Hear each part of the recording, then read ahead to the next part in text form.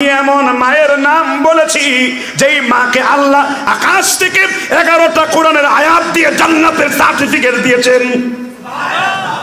আম্মা জান আয়েশা সম্পর্কে উরওয়া বিনতে জুবায়ের বলেছেন, মুলাজিমান লিসুন্নতি মুতাহাররিয়াল লিল খায়রি তাসআলুনি আনিল ফিকহি।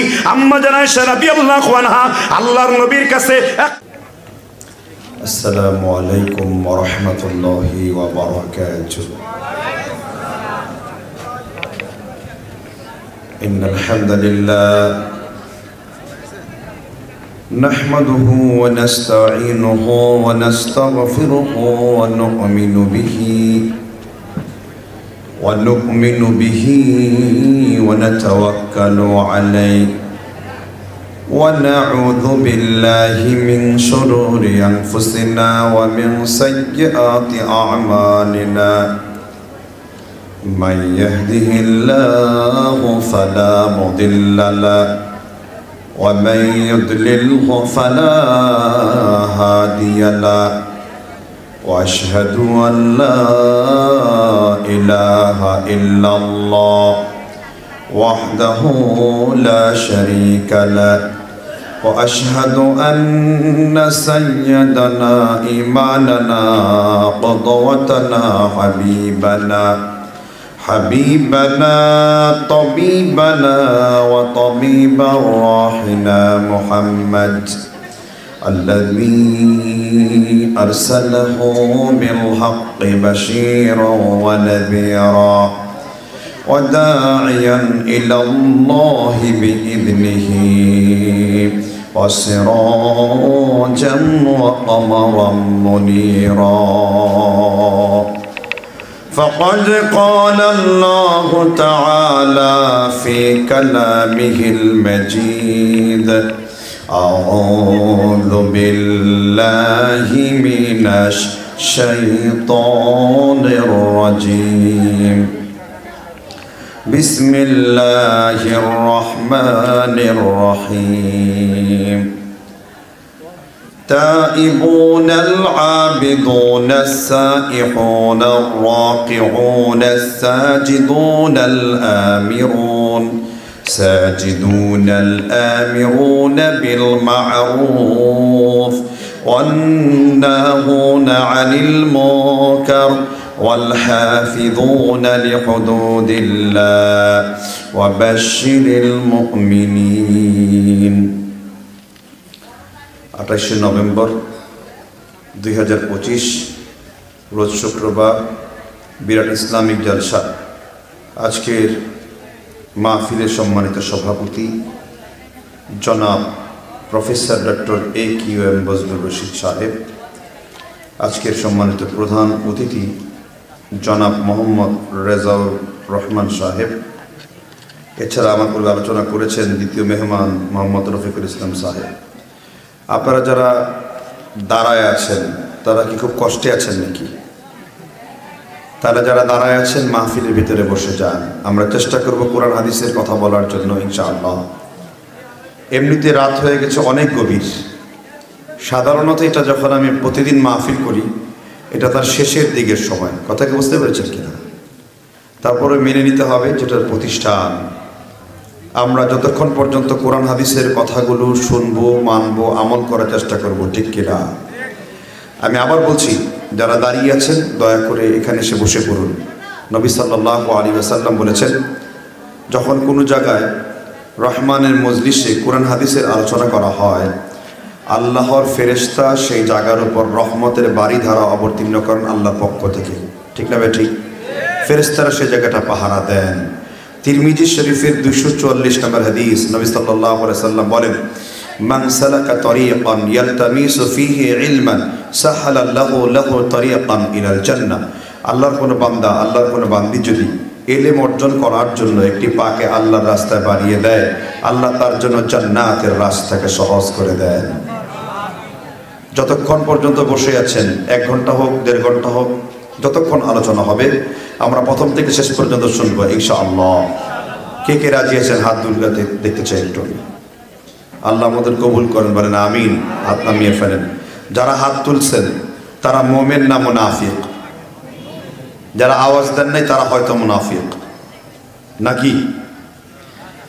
যারা হাত তুলেছেন তারা মোমেন না মুনাফিক? এই তো মাশাআল্লাহ। কেন আমরা কথা বলবো কোরআনের মাহফিলে? আমাদের প্রত্যেকটা কথা লিপিবদ্ধ করা ফেলা হবে, রেকর্ড করা হবে। আল্লাহ সূরা কাফের 28 নম্বর আয়াতে বলেছেন, মা ইয়ালফিযু মিন কাওলিন ইল্লা লাদাইহি রাকীবুন আতীদ। আল্লাহ বলেছেন মানুষ যে শব্দটা তার মুখ থেকে উচ্চারণ করবে, আল্লাহর ফেরেশতারা সাথে সাথে সেই কথাটা রেকর্ড করে ফেলবে। কার কথা? আল্লাহর কথা। আপনারা যারা হাত তুলেছেন, মুসলিম শরীফের 1237 নম্বর হাদিস, মুনাফিকদের চিহ্ন হলো প্রধানত তিনটি।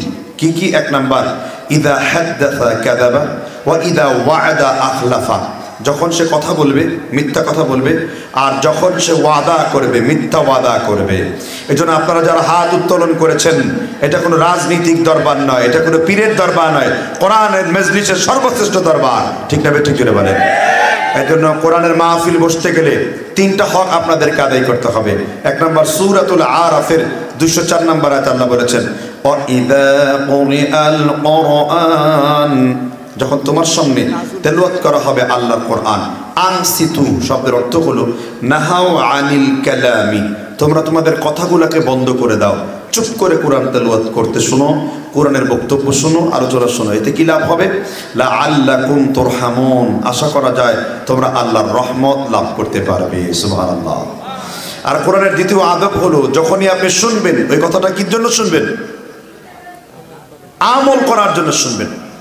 এই জন্য আল্লাহ রাব্বুল আলামিন কোরআন কারিমে বলেছেন, সূরাতুল বাকারার 286 নম্বর আয়াতে আল্লাহ বলেছেন, সামি'না ওয়া আতা'না, তোমরা কোরআন হাদিসের কথাগুলোকে আগে শুনবে, তারপর তোমরা মানবে।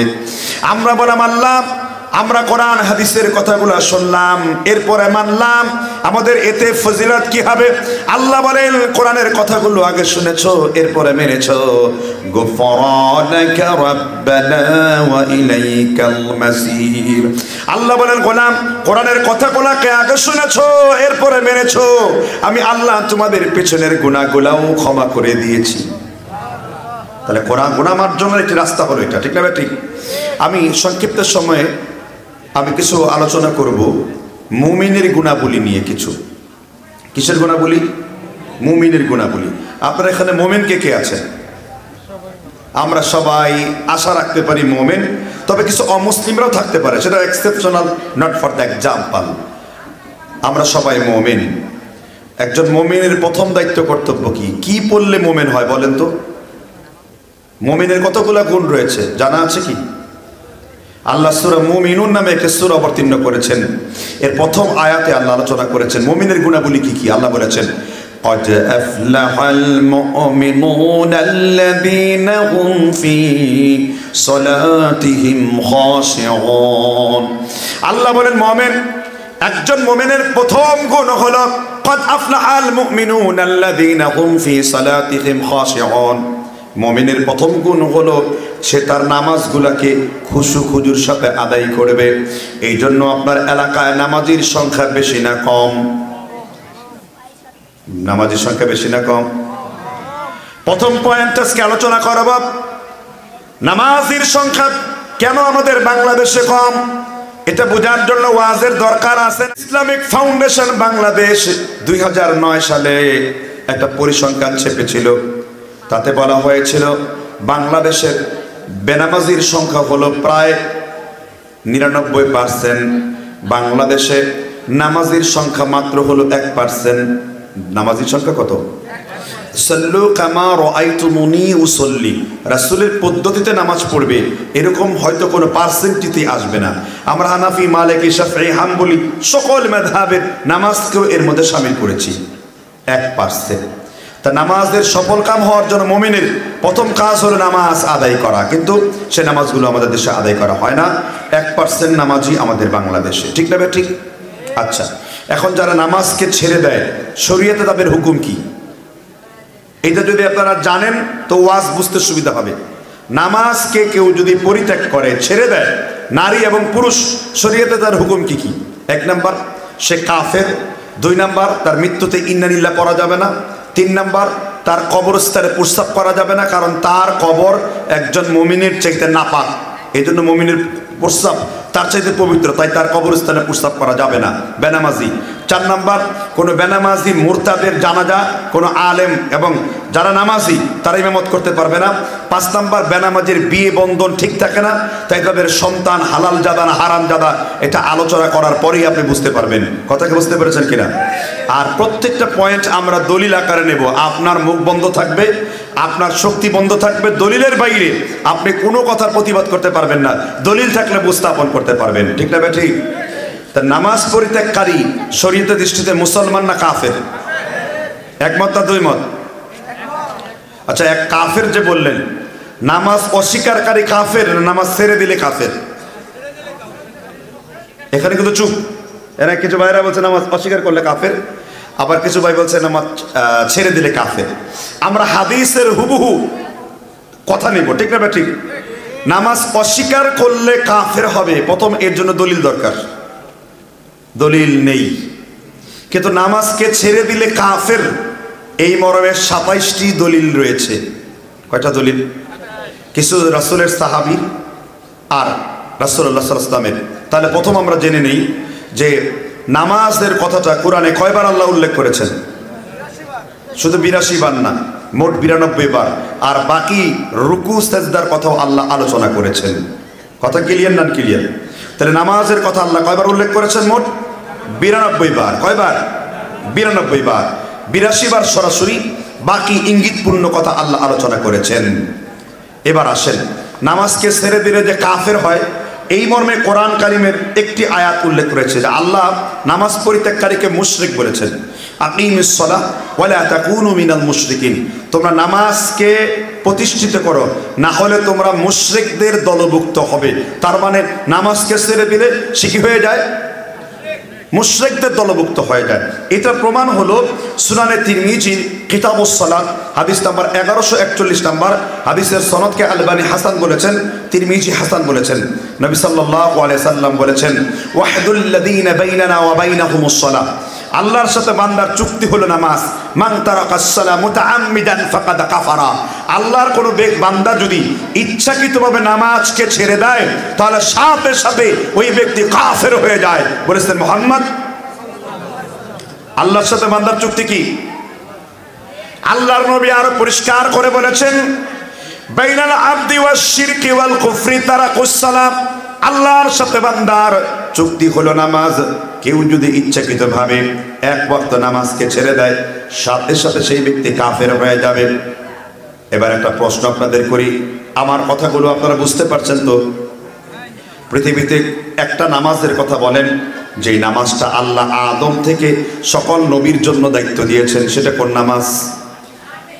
সকল নবীর জন্য আল্লাহ একটা নামাজকে ফরজ করেছিলেন, সেটা কোন নামাজ? বলতে পারেন নাই। একজন মাত্র জ্ঞানী ব্যক্তি বললেন, সেটা হলো আসরের নামাজ। আল্লাহ কোরআন কারীম আলোচনা করেছেন সূরা বাকারার 238 নম্বর আয়াতে আল্লাহ বলেন, হাফিজু আলাস সালাওয়াতি ওয়াস সালাতিল উসতা, ও বিশ্বনবী মানুষদেরকে বলো 5 ওয়াক্ত নামাজ পড়ার জন্য, স্পেশালি আসরের নামাজ পড়ার জন্য। তার মানে আসরের নামাজের গুরুত্ব আছে না নাই? প্রসঙ্গ ছিল নামাজকে ছেড়ে দিলে মুসলমান থাকে কিনা। কেন আমি আসরের প্রসঙ্গে টানলাম? এই মুহূর্তে বুখারী শরীফ খুলুন, জিলদে আউয়াল প্রথম নাম্বার খণ্ড 523 নাম্বার হাদিস। আল্লাহর নবী মুহাম্মদ রাসূলুল্লাহ বলেছেন, আন সাউবান রাদিয়াল্লাহু আনহু قال قال رسول الله সাল্লাল্লাহু আলাইহি ওয়াসাল্লাম, সাউবান রাদিয়াল্লাহু তাআলা আনহু বলেন, আল্লাহর নবী বলেছেন, মান তারাকাস সালাতাল আসর ফাকাদ হাবিতু আমালুহু, তোমাদের মধ্যে কোনো ব্যক্তি যদি শুধুমাত্র মান তারাকাস সালাতাল আসর, তোমাদের মধ্যে কোনো ব্যক্তি যদি ফজরের কথা বলেন নাই, যোহরের কথা বলেন নাই, ওগুলোও গুরুত্বপূর্ণ, শুধুমাত্র আসরের নামাজ যদি তোমাদের মধ্যে কোনো ব্যক্তি ছেড়ে দেয়, আল্লাহর নবী বলেছেন ফাকাদ হাবিতু আমালুহু, সে তার জিন্দেগীর সমগ্র আমলগুলোকে যেন বাতিল করলো। বিয়ে একটা আমল বাতিল হয়ে গেল, হজ একটা আমল বাতিল হয়ে গেল, মাহফিলের জন্য লক্ষ লক্ষ টাকা চান্দা দিয়েছেন, তা বাতিল হয়ে গেল শুধু কোন নামাজ ছাড়ার জন্য। প্রথম দলিল হলো বুখারী থেকে, ফাকাদ হাবিত আমালু, সে তার জিন্দেগীর সমগ্র আমল কি করলো? বলেছেন মুহাম্মদ সাল্লাল্লাহু আলাইহি ওয়াসাল্লাম। এখানে বেনামাজি কাফের মুরতাদ তাদের নিয়ে কোনো ওয়াজ নাই। মসজিদের মধ্যে মসজিদ আছে, কারুকার্য আছে। যেমন আল্লাহ রাসূল আলী রাদিয়াল্লাহু তাআলা হাত ধরে বলেছিলেন, মিশকাতুল মাসাবি, আরাফাত লাইব্রেরি, আলিম ক্লাসের পাঠ্য বই 1432 নম্বর, সুনানে বাইহাকিল কুবরা হাদিস নাম্বার 1255 নম্বর, মুজামুল কাবিল তাবারানি হাদিস 2853 নম্বর। আল্লাহ রাসূল সাল্লাল্লাহু আলাইহি ওয়াসাল্লাম আলীকে লক্ষ্য করে বলেছেন, লা ইয়াবকা মিনাল ইসলামি ইল্লা ইসমুহু ওয়া লা ইয়াবকা মিনাল কুরআনি ইল্লা রাসমুহু। কিয়ামতের পূর্বে ইসলামটা শুধু নামে মাত্র থাকবে।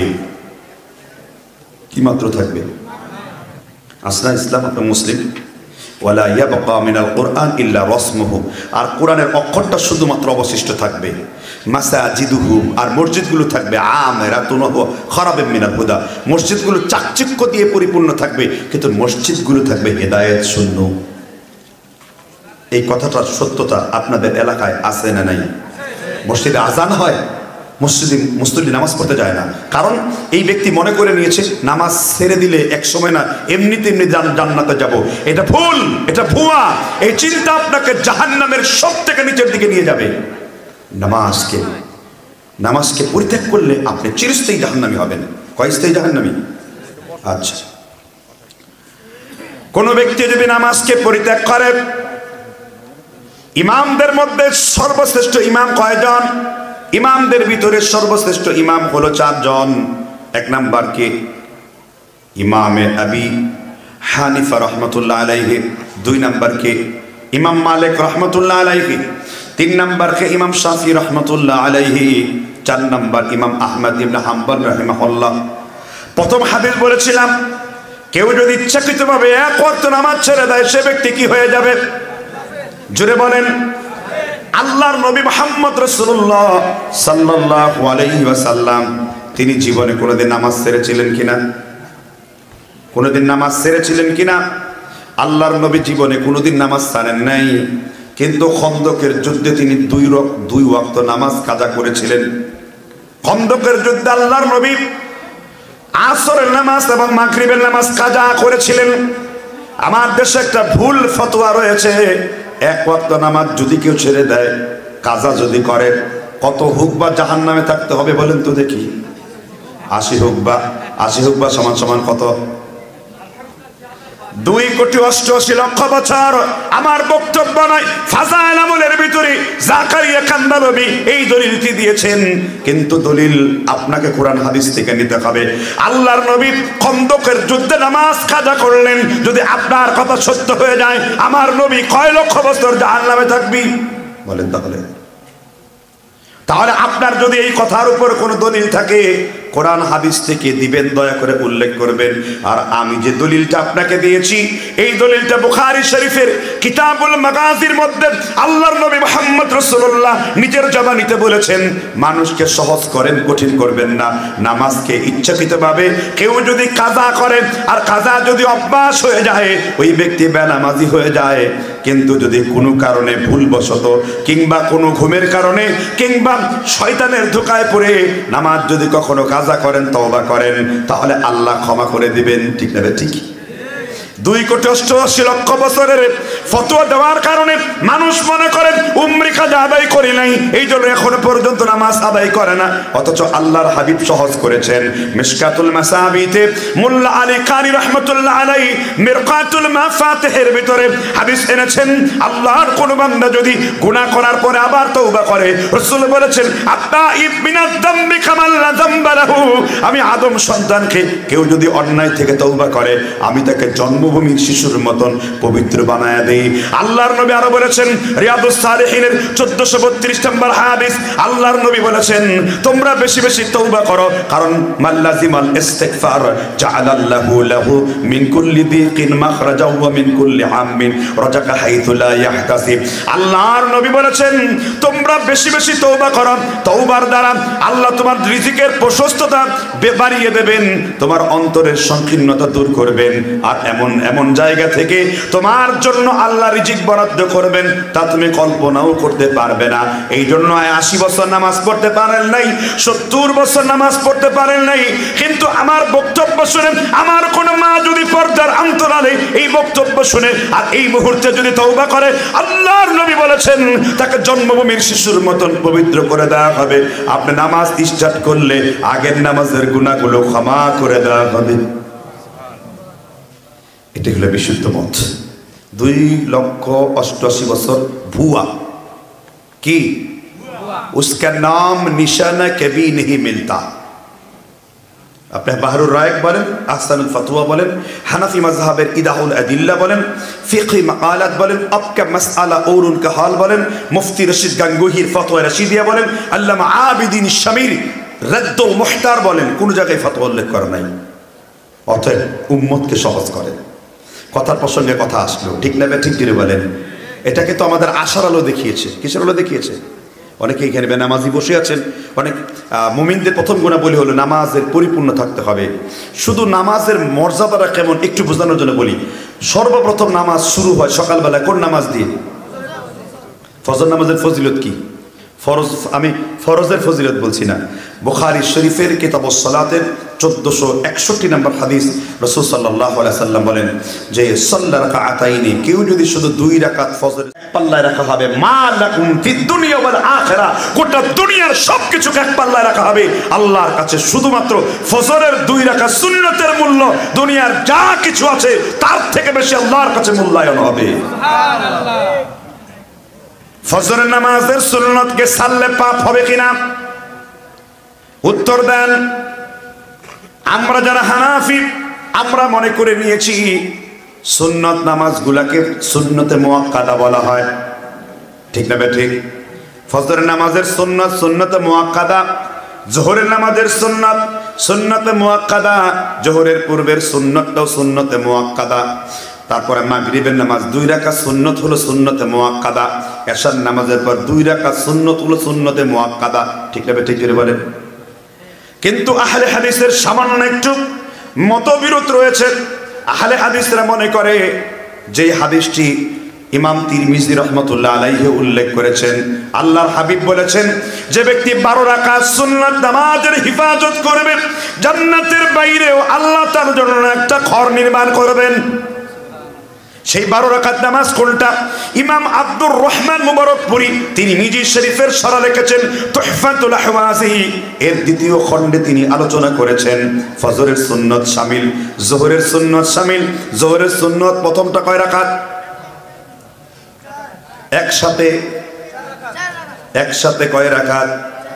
এখানেটা মাসালা বলবেন, একসাথে 4 রাকাত নামাজ পড়া জায়েজ, তবে প্রকৃতপক্ষে শক্তিশালী হাদিসের সুন্নতের খেলাফ। দলিল কি? বুখারী শরীফের 1271 নাম্বার বাবে ফাদলে মান কামা রমাজান, আল্লাহর নবী বলেছেন সালাতুল লাইলি ওয়ান নাহারি মাসনা মাসনা, রাতে কিংবা দিনের বেলায় তোমরা নামাজ যখন পড়বে 2-2 করে পড়বে। তাহলে 4 রাকাত পড়লো কয় রাকাত? কয়ভাবে? 2-2 করে। সুম্মা সালাতুল লাইলি মাসনা মাসনা আও তিরবে ওয়াহিদা। আবার রাসূল তারপরে বলেছেন সালাতুল লাইলি ওয়ান নাহারি মাসনা মাসনা, দিনে হোক রাতে হোক একসাথে কয় রাকাত পড়বে?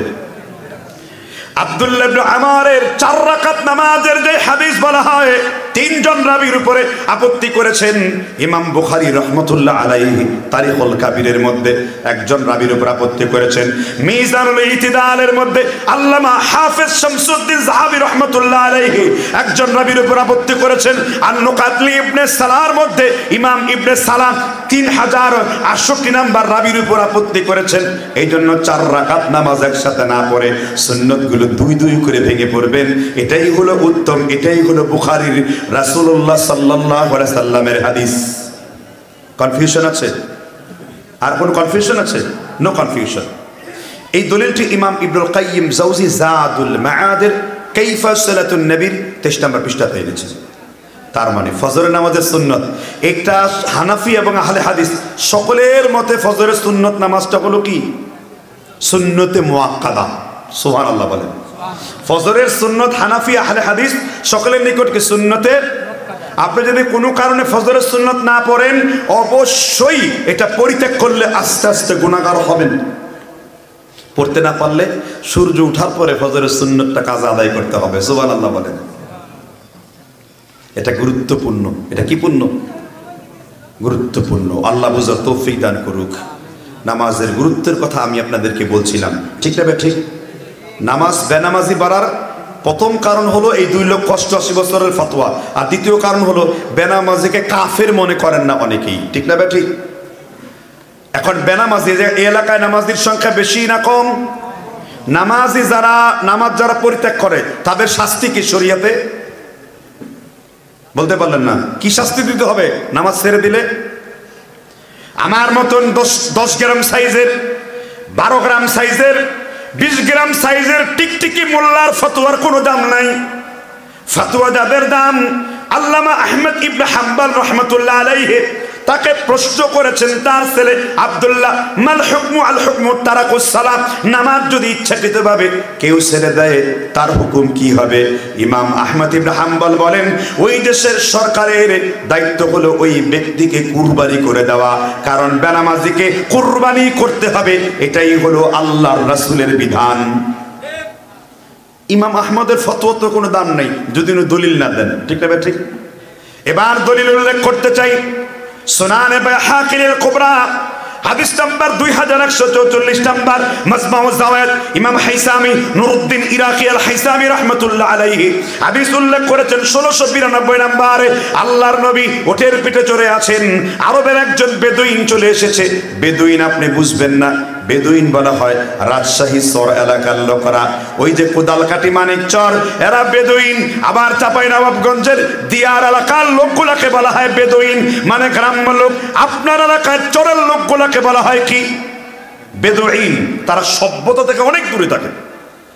আল্লাহ নবীকে দেখে বললেন, ইয়া রাসূলুল্লাহ ইত্তাকুল্লাহ, হে আল্লাহর নবী মুহাম্মদ, আপনি আল্লাহকে ভয় করেন। আল্লাহর নবী বললেন, শোনো বেদুইন, আমি আল্লাহর নবীর মতন ভয় এই পৃথিবীর কেউ আল্লাহকে করে না। নাহনু আহাক্ক আউলা বিমূসা ওয়া ঈসা, ঈসা এবং মুসাকে অনুসরণ করার ব্যাপারে আমি নবীর চাইতে কোনো হকদার নাই। মুসা আর ঈসাও যদি জীবিত থাকতো তবুও তারাও তোমার নবীকেই একমাত্র নবী হিসেবে মানত, কারণ আমি ঈসারও নবী, আমি মুসারও নবী। এইবার আল্লাহর নবী মুহাম্মদ রাসূলুল্লাহকে যখন বললেন, হে নবী, আপনি আল্লাহকে ভয় করেন, রাসূলের সেনাপতির নাম কি? রাসূলের সেনাপতি কে ছিলেন বলতে পারেন না? সকল সিরাতে উল্লেখ রয়েছে। রাসূলের সেনাপতি ছিলেন খালিদ বিন ওয়ালিদ রাদিয়াল্লাহু আনহু। সুবহানাল্লাহ বলেন। জীবনে কোনোদিন কোন যুদ্ধে পরাজিত হয় নাই। যখন ইরানিদের সাথে যুদ্ধে পেরে উঠছেন না ওমর, খালিদ বিন ওয়ালিদকে অবসর দিয়ে দিয়েছিলেন। খালিদ বিন ওয়ালিদের নেতৃত্বে আবার ইরানিদের সাথে যুদ্ধ করলেন। যুদ্ধের ময়দানে তারিখে দিমাশকে উল্লেখ করেছেন ইবনে আসাকির রাহিমাহুল্লাহ, তিনি জ্বলন্ত হাতি উঠিয়ে যুদ্ধের ময়দানে আছাড় নিক্ষেপ করেছিলেন। এটা দেখে ইরানিরা যুদ্ধের ময়দান থেকে বেঁকে গিয়েছিল। তিনি সেই বীর যাকে আল্লাহর নবী মুহাম্মদ রাসূলুল্লাহ সাইফুল্লাহ, আল্লাহর তরবারি বলে আখ্যায়িত করেছেন। সুবহানাল্লাহ বলেন। খুব বিরক্ত লাগতেছে?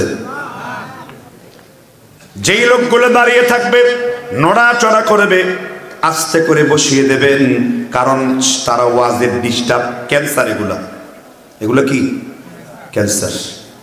আমি পয়েন্ট মোতাবেক ওয়াজ করব, আপনারা বোঝার চেষ্টা করবেন। আমি কেচ্ছা কাহিনী বলবো না। আমি চাইবো আপনারা সংশোধন হন, আমাকে দাওয়াত না দেন, তাতে আমার কোনো সমস্যা নাই। আমি দাওয়াতের কায়েল নই, কিন্তু আপনি নামাজি বেনামাজি তওবা করে নামাজি হয়ে যাবেন। এটাই এই মাহফিলের সার্থকতা, এটাই এই বক্তব্যের সার্থকতা। তাহলে খালিদ বিন ওয়ালিদ রাসূলের কি? যখনই আরবের বেদুইনটা বলল, মুহাম্মদ আপনি আল্লাহকে ভয় করুন, আল্লাহর নবীর ওই সাহাবা সাথে সাথে তরবারি বের করে বলছে, ইয়া রাসূলুল্লাহ আলা আদরিবু উনুকা গায়রা মুসফা, আমি কি এক কোপ দিয়ে তার গর্দানটা কেটে ফেলবো নাকি? খালিদ বিন ওয়ালিদের জবাবে আল্লাহর নবী বলছেন, লা লাআল্লাহু আন ইয়াকুনা ইউসাল্লি, ও খালিদ তুমি আগেই তার গর্দানটা উড়িয়ে মেরো না, দেখো লোকটা নামাজ আদায় করে কিনা। নামাজ যদি আদায় না করে, খালিদ তাকে এক কোপ দিয়ে গর্দানটা উড়িয়ে দাও।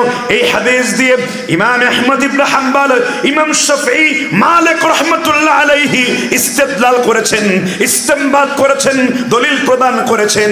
ইসলামী রাষ্ট্রের শাসকের অনুমতি রয়েছে বেনামাজির সর্বোচ্চ শাস্তি মৃত্যুদণ্ড কায়েম করার জন্য, কারণ বেনামাজিকে আল্লাহর নবী মৃত্যুদণ্ড দিতে বলেছেন। মৃত্যুদণ্ডযুক্ত পাপ হলো নামাজ পরিত্যাগ করা। এদেশে মসজিদের হুজুররা নামাজের মুসল্লায় বসে খুতবার মিম্বারে বসে একজন কমিটি নামাজ আদায় করে না, কমিটিকে কাফের ডাকতে হবে, একজন ক্যাশিয়ার নামাজ আদায় করে না, কোনো সন্দেহ নাই মুফতাবিহিল কওল ওয়া আলাইহিল ফাতওয়া, ওই ব্যক্তি কাফের। আল্লাহর নবী তাকে কাফের বলেছেন, তোমার তো দুর্বলতা করে বলতে। তাহলে দেখবেন সমাজ ঠিক হয়ে যাবে। এবার আপনারা নিশ্চিত হলেন বেনামাজি কাফের, বেনামাজি মুশরিক। এবার যদি কোনো মুশরিক, কোনো যদি কাফের মৃত্যুবরণ করে, তার মৃত্যুতে কোনো দোয়া করা যাবে? অটোমেটিকলি যাবে না। কিন্তু এই যে যাবে না, যে এটার দলিল ছাড়া তো কথা বলা যাবে না, ঠিক না ঠিক? আমার বক্তব্য নয়, কোরআন কারীম সূরা তওবা 112 13 নম্বর আয়াত 14 নম্বর আয়াত আল্লাহ বলেছেন, মা কানা লিন নবী ওয়াল্লাযীনা আমানু আইয়াস্তাগফিরু লিল মুশরিকিন। হে আল্লাহর নবী আর মুমিনগণ, তোমাদের জন্য জায়েজ নাই কোন মুশরিক যদি মৃত্যুবরণ করে তাদের জন্য দোয়া করা। আর আমার দেশে বেনামাজি মরলে পরে এলাকার ছাতানাতা পাতানাতারা এসে বলে খুব ভালো মানুষ ছিল উনি, না নিজে নামাজ পড়ে না তো, এটা ঠিক আছে, একজন নেতাকে দিয়ে দিবেন বেনামাজিকে। কিন্তু এই এলাকার কোন নামাজি মসজিদে 5 ওয়াক্ত নামাজ আদায় করেছে, ইমাম কিংবা এই এলাকার নেতৃস্থানীয় ব্যক্তি, তার জানাজাতে এরকম বেনামাজি নেতার কোনো প্রয়োজন নাই। ও এসে আরো জায়গাটা নাপাক করে ফেলেছে, ও তাগুতের দল, এই জন্য ওর নামাজে কোনো স্থান নাই, ঠিক না বেঁচে গিয়ে বলেন। কারণ একজন মুমিনের জানাজায় মুমিনরা আসবে, আর একজন কাফের বেনামাজির জানাজায় মুমিনদের যাওয়া হারাম। এত কঠিন ভাবে তো কেউ কোনোদিন বলে নাই, আল্লাহ রাসূল বলেছেন, এটা আপনাদেরকে শোনায় নাই, এটাই আপনাদের দুর্ভাগ্য। আজকে শুনিয়ে যাচ্ছি। বিয়ে করার পূর্বে হুঁশ নাই, ইটালি সুইজারল্যান্ডের টিকিট লাগানো আছে, আমেরিকাতে যে ড্রেন ক্লিন করে, টয়লেট সাফ করে, এর কাছে মেয়ে বিয়েদের জন্য পাগল হয়ে গেছে। শ্যাম্পাইন ছাড়া তো মদই খায় না সে। সবচেয়ে দামি মদের নাম হলো শ্যাম্পাইন, বর্তমানের দাম 1,48,000 টাকা। এটা খায়, ভদকা খায়, এ সমস্ত মদ্যপায়ীদের সাথে মেয়েকে উঠিয়ে দিচ্ছে, শুধু কিসের লোভে? বাব্বারানা ভাইয়া সবচেয়ে বড় রুপাইয়া। সবচেয়ে বড় কি?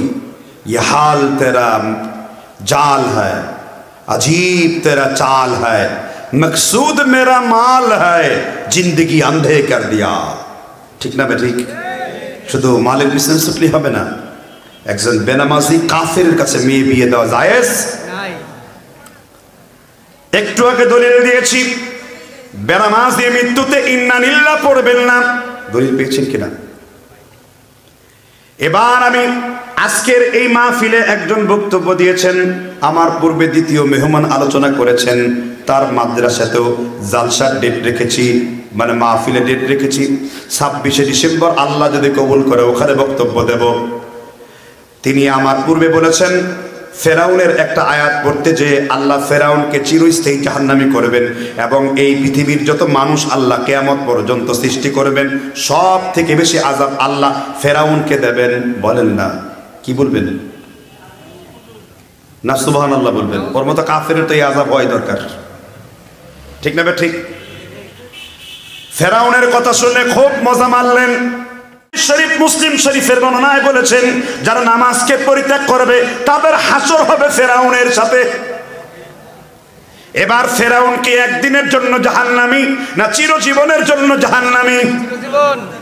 তাহলে এবার আপনার সঙ্গী যদি ফেরাউন হয়, আপনি জান্নাত আশা করেন কিভাবে? এটাই তো ভাববার বিষয়।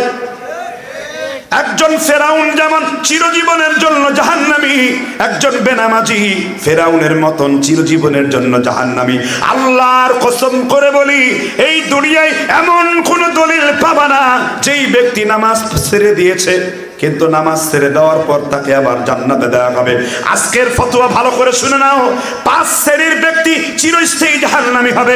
1 প্রকার বড় শিরককারী, 2 প্রকার বড় কুফরকারী, 3 প্রকার আকীদাগত বিদআতকারী, 4 হলো আকীদাগত মুনাফিক, 5 নাম্বার হলো নামাজকে ছেড়ে দিলে সে বড় চিরস্থায়ী জাহান্নামী।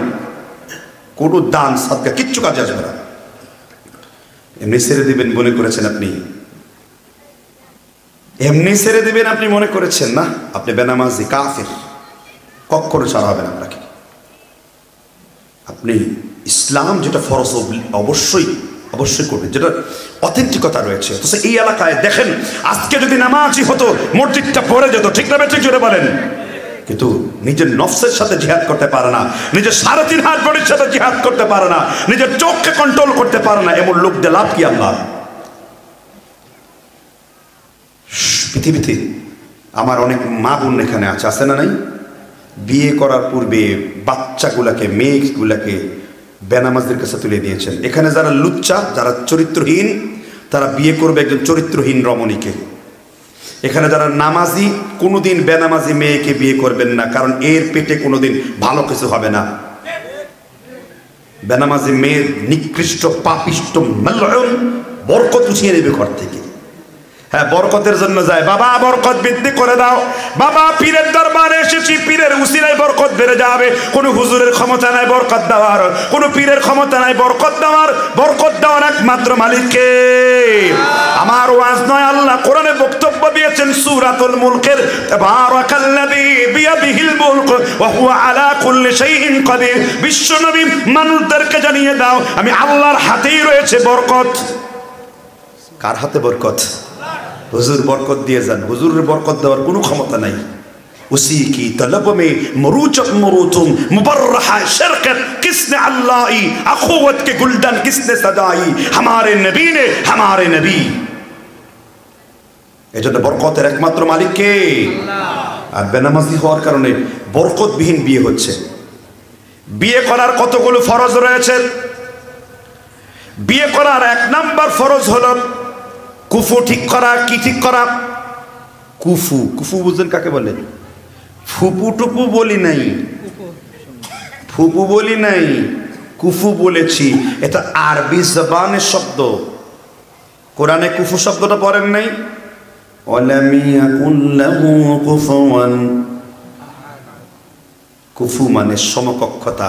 বিয়ের পূর্বে কিছু খালি তো বিয়ের খুতবায় যখন ইমাম সাহেব খুতবা দেন, কাজী সাহেব, তখন খালি চিন্তা করে খিল দিব কখন, ঘরের মধ্যে যাব কখন, খালি তো এই চিন্তায় বুঝ। কিন্তু বিয়ের করার পূর্বে যে কুফু ঠিক হয় নাই আপনার, এই কুফু বুঝেন নাই। এমনকি বুড়া হয়ে গেছে এখন পর্যন্ত কুফু কার কাছে না। আগামীতে যারা কুফু, আগামীতে যারা বিয়ে করবেন আগে কুফু চিনে নেন। মুমিনিনা মুমিনাতি, মুসলিমিনা মুসলিমাতি, কানিতিনা কানিতাতি। একজন মুমিন মুমিনকে বিয়ে করবে, একজন মুসলিম মুসলিমকে বিয়ে করবে। একজন বেনামাজি কখনো নামাজিকে বিয়ে করতে পারবে না, কারণ বেনামাজিকে বিয়ে করলে ওর যে সন্তান হবে টাটকা ফরমালিন ছাড়া হারামজাদা বলে বিবেচিত হবে। ঘরে ঘরে হারামজাদা তৈরি হচ্ছে। এই কথা শুনে অনেকে ধৈর্য ধারণ করতে পারবেন না, কিন্তু এই কথা শুনে যে খেপে যাবে সে বেনামাজি। এই কথা শুনে যে প্রতিবাদ করবে ওই বেনামাজি, ওর কলিজা পর্যন্ত ধাত্রা হয়ে যাচ্ছে। তো তুমি প্রতিবাদ করতে যাও কেন? তওবা করে ভালো হয়ে যাও, ইসলাম তোমার জীবনকে পাল্টায়া দেবে। ঠিক না? ঠিক জোরে বলেন। এবার আমার হুজুরের প্রশ্নের উত্তর দিব। পাশ থেকে আমার একজন ভাই, আমার কলিজার টুকরা ভাই, তিনি বলেছেন নামাজ অস্বীকার করলে কাফের হবে। আমি বলি, আল্লাহ পৃথিবীতে কয়টা জিব্রাইল নাজিল করেছেন? জিব্রাইলের মধ্যে কোনো ক্লাসিফিকেশন আছে? জিব্রাইল কয়জন হয়? একজন। আল্লাহর নবীকে কে নামাজ শিখিয়ে গেছেন বলেন তো দেখি? বুখারী শরীফে এসেছে আল্লাহর নবীর সাথে একদিন না 3 দিন আম্মানে জিব্রাইল বাইতিয়া 3 দিন 3 রাত্র জিব্রিল আমার সাথে কাবাঘর অবস্থান করেছে। রুকু কিভাবে করব, সিজদা কিভাবে করব, ওযু কিভাবে করব, নামাজ কিভাবে করব, 3 দিন 3 রাত্র জিব্রিল আলাইহিস সালাম আমাকে নেতৃত্ব দিয়ে নামাজ শিখিয়েছেন। কোনটা সাল্লু কামা রাআইতুমুনি উসাল্লি, কেমনে নামাজ আদায় করতে হবে আমি জিব্রিলের কাছ থেকে ট্রেনিং নিয়েছি। এত গুরুত্বপূর্ণ ইবাদত, যেটাকে রুকু সিজদা বোঝানোর জন্য আল্লাহ জিব্রাইলকে পাঠাইছেন। কি শেখানোর জন্য? নামাজের পদ্ধতি শেখানোর জন্য। সুবহানাল্লাহ বলেন। এটা সাধারণ মামুলি কোনো বিষয় না। ঠিক না ভাই? ঠিক। বেনামাজি সন্তান হালাল হয় না। এমনকি আপনার ছেলে নামাজ আদায় করে না, কিন্তু আপনার ভাতিজা নামাজ আদায় করে। আল্লাহর কসম, আপনার সম্পত্তি যদি আপনার এই কাফের ছেলেকে দিয়ে যান, তুই চিরজীবন আগুনের মধ্যে জ্বলবি। কারণ তোর সম্পত্তি তোর ভাইয়ের ছেলে এটার মালিক, কারণ তোর ভাইয়ের ছেলে নামাজি। কারণ রাসূল বলেছেন কাফের মুসলমানের সম্পত্তি কোনো অধিকার নাই। আজকে ফতোয়া দেয় সমাজে কেউ? শুনছেন এই আলোচনা? চিরজীবন তো গদবাদা ওয়াজ শোনেন, গদবাদা ওয়াজ শুনে কোনো ফায়দা নাই। যে আমলে আকিদা আমল পরিবর্তন হয় না, মসজিদমুখী লোকেরা হয় না, ওইসব ওয়াজ দিয়ে লাভ কি? 1000 বছর ওয়াজ করলে লাভ কি? ঠিক না? ঠিক। উপর থেকে কে কে কে কে কে চিল্লা এগুলো? 144 দ্বারা কষ্টিপ লাগায় দেন এর মুখে। ঠিক না? ঠিক। হেদায়েত শূন্য, কি শূন্য? এটা কি মহিলা না পুরুষ? আমি যারা আওয়াজ করছেন আল্লাহর ওয়াস্তে বন্ধ করেন, আজাব গজব ডেকে আনবেন না। আমি এইখানে যতগুলো কথা বলছি প্রত্যেকটা ডকুমেন্টারি সহকারে, দলিল সহকারে, কিতাবের হাওয়ালা সহকারে, আরবি ইবারত সহকারে বাংলা অনুবাদ করেছি। আমি নিজের কোনো কথা এখানে বলতে আসিনি। আমি যতক্ষণ বক্তব্য দিব কল আল্লাহ কল রাসূলুল্লাহ, হয় আল্লাহর কথা, রসুলের কথা, নয় সাহাবীর কথা। এবার নামাজ যদি কেউ অস্বীকার করে, রাসূল তো এই কথা বলেন না। রাসূল বলছেন ফামান তারাকাহা। তারাকা মানে কি? তরক করা। আমরা তরক করছে, তরক করছে, তরক করা। তরক করা মানে কি? ছেড়ে দেওয়া। রসুল যদি বলতেন ফামান ইনকারাহা, কেউ অস্বীকার করলে কাফের হবে, তাহলে আপনি বলতেন যে না, অস্বীকার করলে কাফের হবে। দাড়িকে অস্বীকার করলে কেউ কাফের হবে? ধরেন আল্লাহ বলছেন কোরআনে তোমরা বিয়ে করো 4টা, মাসনা, সুলাসা, রুবা। এখন কেউ যদি একটা করে বাকি 3টা করতে পারে নাই, এটা মুস্তাহাব। এখন কেউ যদি এই মুস্তাহাবকে অস্বীকার করে, মুসলমান না কাফের? কোনো একটা নফল কেউ অস্বীকার করলে শরীয়তে কি হয়ে যাবে? আপনি টুপি পড়তে পারেন না, কিন্তু টুপির সাথে দৃষ্টতা দেখালে কাফের হয়ে যাবেন। ইসলামিক বিধানটা এরকম। এখন বেনামাজি সরাসরি কাফের, যেহেতু এই কাফের কে বলেছেন? মুহাম্মদ। রসুলের কথা যে সঠিক এটা বোঝার জন্য নবীজির কথা সবচেয়ে বেশি বুঝেছেন কে? নবীজির কথা সব থেকে বেশি বুঝছেন কে? শুধু আবু বকর না, সকল সাহাবীগণ নবীদের কথা সবচেয়ে বেশি বুঝছেন কে? সাহাবী। সাহাবীর মধ্যে সর্বশ্রেষ্ঠ কয়জন? আমি 4 জন সাহাবার, আমি 3 জনের ফতোয়া আপনার সামনে আনবো, শুনবেন কিনা? প্রথম ফতোয়া দিব আলী রাদিয়াল্লাহু তাআলা আনহু। নাম শুনছেন? আলী রাদিয়াল্লাহু তাআলা বলেছেন মাল্লাম ইউসাল্লি ফাহুয়া কাফির। কেউ 1 ওয়াক্ত নামাজ ছাড়লে সে কাফের। বাইহাকি 1228 নম্বর হাদিস, যে 1 ওয়াক্ত নামাজ ছাড়বে সে কি? কাফের। আচ্ছা, আলী ছোট আলেম না বড় আলেম? বড় আলেম। ও আদাহুম আলিয়ু। আপনারা হানাফি মাযহাবের ভাইরা জুমার খুতবা দেন না? আরহামু বি উম্মতি উম্মতি আবি বকর আশাদহুম ফি আমরিল্লাহি উমর ওয়া আস্তাকহুম হায়াআন উসমান ওয়া আকদাহুম আলী। বলেন কিনা? সাহাবীদের মধ্যে আলী হলেন সবথেকে বিচক্ষণ ব্যক্তি। আলী রাদিয়াল্লাহু আনহু তিনি বলছেন মাল্লাম ইউসাল্লি ফাহুয়া কাফির। কেউ যদি 1 ওয়াক্ত নামাজ ছেড়ে দেয় সে ব্যক্তি কি? কাফির। এখানে কিছু সংশয় আছে এবং এগুলোর উত্তর দিতে হবে।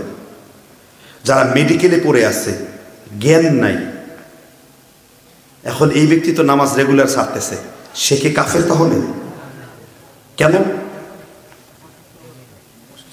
কারণ রসুল 3 প্রকার ব্যক্তির ব্যাপারে মুসলিম শরীফের কিতাবুস সালাত হাদিস নাম্বার 1703 নাম্বার রসুল বলেছেন 3 জন ব্যক্তির উপরে আল্লাহর ফেরেশতার কলমকে আল্লাহ বন্ধ করে দিয়েছেন। কয়জন ব্যক্তি? নাম্বার 1 তিফলুন। এই এলাকার যত শিশু রয়েছে সমগ্র শিশুর উপরে আল্লাহর কলম বন্ধ আছে। নাম্বার 2 মাজনুন, পাগল।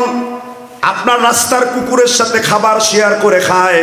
আপনারা ভালো মানুষ, চিন্তা করেছেন কখনো কি এই কথাটা? একজন পাগল পাগলামি রূপ দেওয়ার কারণে আল্লাহ তাআলা তাকে বিনা হিসেবে জান্নাত দান করবেন, সবথেকে নিয়ামতের কাম। একজন পাগলের যদি জ্ঞান না ফিরে আসে, কোনোদিন জন্ম থেকে মৃত্যু পর্যন্ত পাগলের উপর রয়েছে, কিন্তু সে তৌহিদের ঘরে জন্মগ্রহণ করেছে। আল্লাহর নবী মুহাম্মদ রাসূলুল্লাহ এইরকম পাগলের জন্য বলেছেন তারা বিনা হিসেবে জান্নাতে যাবে, তাদের কোনো হিসাব নাই, কারণ তাদের জন্ম থেকে মৃত্যু পর্যন্ত আল্লাহ হিসাবের কলমটা বন্ধ করে রেখেছেন। সুবহানাল্লাহ বলেন। 1 নাম্বার পাইলাম শিশু, 2 নাম্বার কারা? তিন নাম্বার ব্যক্তি হলো সাকরাতুল মাউত, ইহতিদার ফিল মাউত। আল্লাহর নবী বলেন মৃত্যুর পূর্বের সময় মুমূর্ষু অবস্থায় যখন জ্ঞান থাকে না, ওই অবস্থায় আল্লাহ এত রহম করেন বান্দার উপরে, ওই অবস্থায় ফেরেশতাদের বলে আমার বান্দার গুনাহ তুমি লিখো না, কারণ ওই মুমূর্ষু অবস্থায় যখন আপনি আছেন ওই অবস্থাও নামাজের সওয়াব আপনার আমল নামায় আল্লাহ লিখে দিচ্ছেন। যদি লোকটা নামাজরত অবস্থাতে অসুস্থ হয়, কন্টিনিউ নামাজ পড়ছে, হঠাৎ করে ব্রেন স্ট্রোক হয়েছে, কোমায় পড়ে আছে 14 দিন 15 দিন, কোনো জ্ঞান নাই, আল্লাহ আপনাকে কি করে দিয়েছেন? মাফ করে দিয়েছেন। সুবহানাল্লাহ বলেন। নামাজি বেনামাজির ওয়াজটা কেন করলাম? কারণ আপনাদের এই দেশে অনেক বেনামাজি। আমি এটা বুঝছি কখন জানেন? যখন দেখছি মহিলারা বেপরদা, তখন আমি বুঝছি এই এলাকা নামাজের প্রচার নাই। নামাজের কারণে বেপরদা কি বাড়ে, ঠিক না ঠিক? আমার এলাকার যুবক ভাইয়েরা বসে আছেন চাতক পাখির মতন তাকিয়ে আছেন, হুজুর কি বলে আজকে শুনতে এসেছি। আমি যুবক ভাইদেরকে একটা প্রেসক্রিপশন দিয়ে দেই। অনেক যুবক ভাইয়েরা তাদের অন্তর জমা দিয়েছেন, হৃদয় জমা দিয়েছেন, হার্ট জমা দিয়েছেন পাশের বাড়ির কোনো মেয়ের কাছে, কিংবা কলেজ ইউনিভার্সিটি পড়ুয়া কোনো মেয়ের কাছে, কিংবা ফেসবুক কিংবা টুইটার কিংবা হোয়াটসঅ্যাপের ভিডিও কলের মাধ্যমে তুমি যার সাথে প্রেম ভালোবাসা করছো, তার সাথে তাকে তুমি মনোযোগ দিয়েছো, তাকে তুমি তোমার দিল জমা দিয়েছো, তাতে তোমার দুনিয়াবি কোনো ফায়দা হইল হয়তো হতে পারে, কিন্তু আল্লাহর হাবিব প্রত্যেক যুবকদেরকে বলেছেন তোমার হৃদয় তুমি কোথায়? বুখারী শরীফের 1230 নম্বর হাদিস, রাজুলুল কলবুন মুআল্লাকাতুন ফিল মাসাজিদ, যেই যুবকের হৃদয়টা মসজিদের মধ্যে জমা রাখা আছে, ঝুলন্ত রাখা আছে, ওই যুবকের স্থান সাধারণ কোনো জায়গায় নয়। আল্লাহর হাবিব বলেছেন তার স্থান আল্লাহর আরশের নিচে হবে। একটু জোরে জোরে বলেন না সুবহানাল্লাহ। আবার বলছি, আল্লাহর নবী হাদিস বোঝানোর জন্য একটা হাদিসকে কখনো কখনো 3 বার বলতেন। কয়বার বলতেন? আরো জোরে আওয়াজ দেন, কয়বার বলতেন? আল্লাহর নবী বলছেন রাজুলুন কলবুন মুআল্লাকাতুন ফিল মাসাজিদ, যেই যুবকের হৃদয়টা মসজিদে ঝুলন্ত থাকবে তার স্থান আল্লাহর আরশের নিচেই হবে। তাহলে আপনি আল্লাহর আরশ। এখন প্রশ্ন করতে পারেন এত কষ্ট যৌবনকাল, প্রত্যেকটা যৌবনকাল এর হিসাব আল্লাহর কাছে দিবেন আপনি। তাহলে আপনার এই এলাকার লোকেরা নামাজ পড়তে যায় না। এই বয়ান শুনে অনেকেই মনে করে আমার মা বোনরাও নামাজ পড়ে না। কেন জানেন? এই দেশের কিছু হুজুররা নামাজকে জটিল করে রেখেছে। ওযুর শুরুতে কি বলবেন? কে বলছে? রহমানির রহিম। বুয়া কথা। কিন্তু আমার দেশের মহিলাদের দোয়া শিখিয়েছে বিসমিল্লাহিল আলিউল আযীম আলহামদুলিল্লাহি আলা দ্বীনিল ইসলাম আল ইসলাম হাক্কু। পড়ছে পারার কাক্কু। পড়ছে কি দোয়া আছে কিনা? পুরোই জাল হাদিস। জায়নামাজের দোয়া জানে না, বুড়ি নামাজই পড়ে না। জায়নামাজের দোয়া বলতে কোনো দোয়া শরীয়তে নেই, মিথ্যা কথা এগুলো। রাসূল বলছেন শুধু বিসমিল্লাহ বলে ওযু শুরু করতে। কি বলে? আল্লাহর হাবিব দিয়েছেন সহজ, আর এরা নিজেরা করে ফেলেছে কি কঠিন। নিজেই নিজের কাঁধে বোঝা চাপায় নিয়েছে। বেনামাজি বাড়ার আরো কিছু কারণ হলো, হুজুর নিয়ত মুখস্থ করতে পারি নাই। আমার দেশের লোকেরা আজান হয়ে যাওয়ার পরে নিয়ত করে নাওয়াইতু আন উসাল্লি লিল্লাহি তাআলা ফারদুল্লাহি রাকাআতি সালাতিল ফজর মুতাজ্জিহান ইলা জিহাতিল কাবাতিশ শরীফাতি। তারপরে আর আল্লাহর নবী বলেছেন হাদু মানকাবাইহি সুম্মা তাকাব্বারা। আল্লাহর নবী সেই কাঁধ বরাবর হাত তুলে তারপর নামাজে দাঁড়িয়েছেন। তিনি মুখ দিয়ে কোনোদিন নিয়ত করেন নাই, কিন্তু আমার দেশে মুখে মুখে নিয়ত পড়ে। আপনারা কি এগুলো পড়েন? মাশাআল্লাহ, ভালো। এটা বিদআত। এটা করা কি? রাসূল কখনো করেন নাই। নিয়ত মুখে পড়েন নাই, তবে নিয়ত করা হলো ফরজ। নিয়ত করা কি? আপনি দোকানে যে বলছেন নাকি হে প্রিয় দোকান আমি তোমাকে খুলতেছি, নিয়ত করলাম। আপনি কি স্ত্রী বিয়ে করে বলেন নাকি হে আমি স্ত্রী তোমার সাথে বাসর করতেছি, নিয়ত করলাম। এটা মুখে মুখে পড়েন। তো বিয়ে করেছেন কি জন্য? উদ্দেশ্য আছে। দোকান খুলবেন কি জন্য? উদ্দেশ্য আছে। ওয়াজে বসছে কি জন্য? উদ্দেশ্য আছে। ইরাদাতুল কলব। ইবনে হাজার আসকালানী বলেছেন নিয়ত মা'নাকা মা'না ইরাদাতুল কলব। নিয়ত হলো অন্তরের ইচ্ছা। আপনি নিয়ত করতেন, হয়ে গেছে।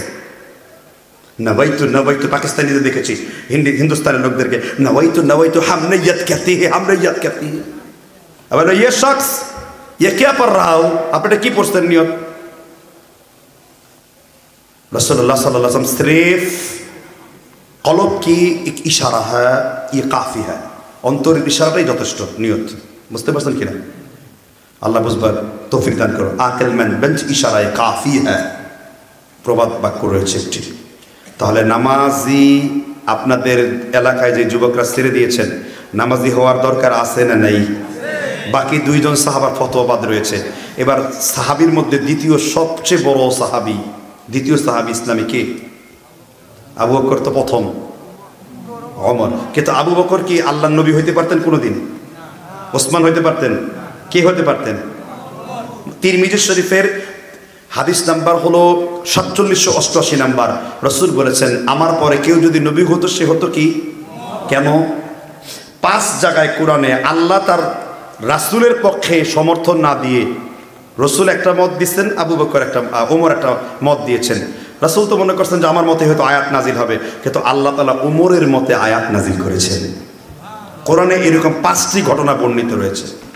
সেই ওমর ইবনুল খাত্তাব ফতোয়া দিয়েছেন, লা হাজদ ফিল ইসলাম লিমান তারাকুস সালাহ, ইসলামে ওই ব্যক্তির আর কোনো জায়গা নাই, অংশ নাই, কাফের, কাট্টা বেদ্দিন, মুনাফিক, মুশরিক, মুরতাদ ধর্ম থেকে যে ব্যক্তি কি ছেড়ে দিয়েছে। আপনি মনে করেন আর না করেন, ওমরের ফতোয়া কি যথেষ্ট নয়? যারা রাষ্ট্র দায়িত্ব পাবেন, বাংলাদেশে যদি ইসলামের হুকুমত চালু হয়ে যায়, প্রথম কর্মসূচি কি দিবেন? আল্লাযীনা ইম্মাক্কান্নাকুম ফিল আরদি আকামাস সালাত, আল্লাহর বান্দাদেরকে যদি জমিনে রাষ্ট্র ক্ষমতা দেওয়া হয়, তাহলে আইনগতভাবে পার্লামেন্টে যদি এইবার বাংলাদেশের ইসলামপন্থীরা পার্লামেন্টে যদি ক্ষমতা দখল করে, পার্লামেন্ট মেম্বারদের প্রথম দায়িত্ব হলো রাষ্ট্রীয়ভাবে নামাজ প্রতিষ্ঠা করার জন্য রাষ্ট্রীয়ভাবে একামতে দ্বীনকে, একামতে সালাহকে ফরজ করে দেওয়া। ঠিক না? ঠিক কি বলেন? রাষ্ট্র ক্ষমতা পেলে আগে কি পড়তে হবে? নামাজ পড়তে হবে। কেন? কেন নামাজ পড়বেন আপনি? আপনি নামাজ সম্পর্কে কি ধারণা আছে? আপনি যখন ওযু করে মসজিদে যান না, এটার ফজিলত কত জানা আছে কি আপনাদের? ধাপে ধাপে কি হবে? ধাপে ধাপে মাশাআল্লাহ, এই মতটা ঠিক আছে, শুধু এখানে না, হাদিস বলছে একটি, সুনানে তিরমিজি শরীফ, বাব কিতাবুত তাফসীর, বাবুত তাফসীর, হাদিস নাম্বার 3641 নাম্বার। হাদিসের সনদ সম্পর্কে ইমাম বুখারী সহিহ বলেছেন, ইমাম হাকিম নাইসাবুরি, যারা আপনারা নিসাবুরি বলেন, তিনিও হাদিসটিকে সহিহ বলেছেন, এবং ইমাম ইবনে হিব্বান মাজরুহিন মিনাল মুহাদ্দিসিনে তিনি হাদিসটিকে সহিহ বলেছেন, ইমাম আলী ইবনুল মেদিনী হাদিসটিকে সহিহ বলেছেন। হাদিস যে সহিহ, আর কোনো সন্দেহ আছে? হাদিসটা শুনিয়ে দিচ্ছি। আল্লাহকে কেউ সরাসরি দেখতে পেয়েছে? জোরে বলেন, আরো জোরে। যারা না বুঝে ফতোয়া দেবেন তাদের পরিণতি কিন্তু ভালো নয়। আল্লাহ নবীকে আল্লাহ রাব্বুল আলামিন তাকে দেখার তৌফিক আল্লাহ দান করেছিলেন। আল্লাহর নবী একবার আল্লাহকে দেখতে পেয়েছিলেন। আল্লাহ দেখতে কেমন? সুবহানাল্লাহ বলেন। বুঝে বিভ্রান্ত ওয়াজটাকে অসম্ভব। এটা মদিনা, মক্কায় সব জায়গায় বয়ান পৌঁছে গেছে, আমার চ্যালেঞ্জ করা শেষ এটা। এবার বলুন সেই হাদিসটি কি? যদি কেউ বলে যে আল্লাহর রাসূল সরাসরি আল্লাহর চোখ দিয়ে আল্লাহকে দেখছে, সে মিথ্যাবাদী। কোনো নবী সরাসরি আল্লাহকে দেখতে পান নাই। এমনকি মেরাজের রাত্রেও আল্লাহর নবী পর্দার অন্তরালে কথা বলেছেন, সরাসরি আল্লাহকে দেখতে পান নাই। তবে এই মুহূর্তে তিরমিজির যে হাদিসটা বলবো 3441 নাম্বার, এই হাদিসে আল্লাহর নবী জীবনে স্বপ্নে একবার তার পরওয়ারদিগারকে তিনি দেখতে পেয়েছিলেন। হাদিস কিন্তু এখন বলি নাই, বলবো কিনা? আল্লাহর নবীর আপন চাচাতো ভাই, যাকে রাইসুল মুফাসসিরিন বলা হয়েছে, বলেন তো দেখি আল্লাহর নবীর আপন চাচাতো ভাইয়ের নাম কি? আব্দুল্লাহ ইবনে আব্বাস। সহজ করে দিলাম। আব্দুল্লাহ ইবনে আব্বাস বলেন, আল্লাহর নবী ফজরের নামাজ পড়ে আমাদের দিকে মুখ ফিরিয়ে বললেন, আতানিয়াল লাইলাতা রাব্বি তাবারাক ওয়া তাআলা ফি আহসানি সূরাত, আজকে রাত্রিতে আমি আমার আল্লাহকে খুবই উত্তম সূরতে স্বপ্ন দেখলাম। সুবহানাল্লাহ বলেন। আতানিয়াল লাইলাতা রাব্বি তাবারাক ওয়া তাআলা ফি আহসানি সূরাত, আজকে রাত্রিতে আমার আল্লাহ রাসূল বললেন আমি আল্লাহকে খুবই উত্তম চেহারায় উত্তম সুরতে স্বপ্নে দেখলাম। ইবনে আব্বাস বলেন ক্বালা আহসাবুহু ক্বালা ফিল মানামি, এই যে আল্লাহর নবী যে আল্লাহকে দেখতে পেয়েছেন, ইবনে আব্বাস বলেন এটা দুই চোখ দিয়ে নয়, আহসাবুহু ফিল মানামি, স্বপ্নের চোখ দিয়ে তিনি আল্লাহকে দেখতে পেয়েছেন। কি জন্য?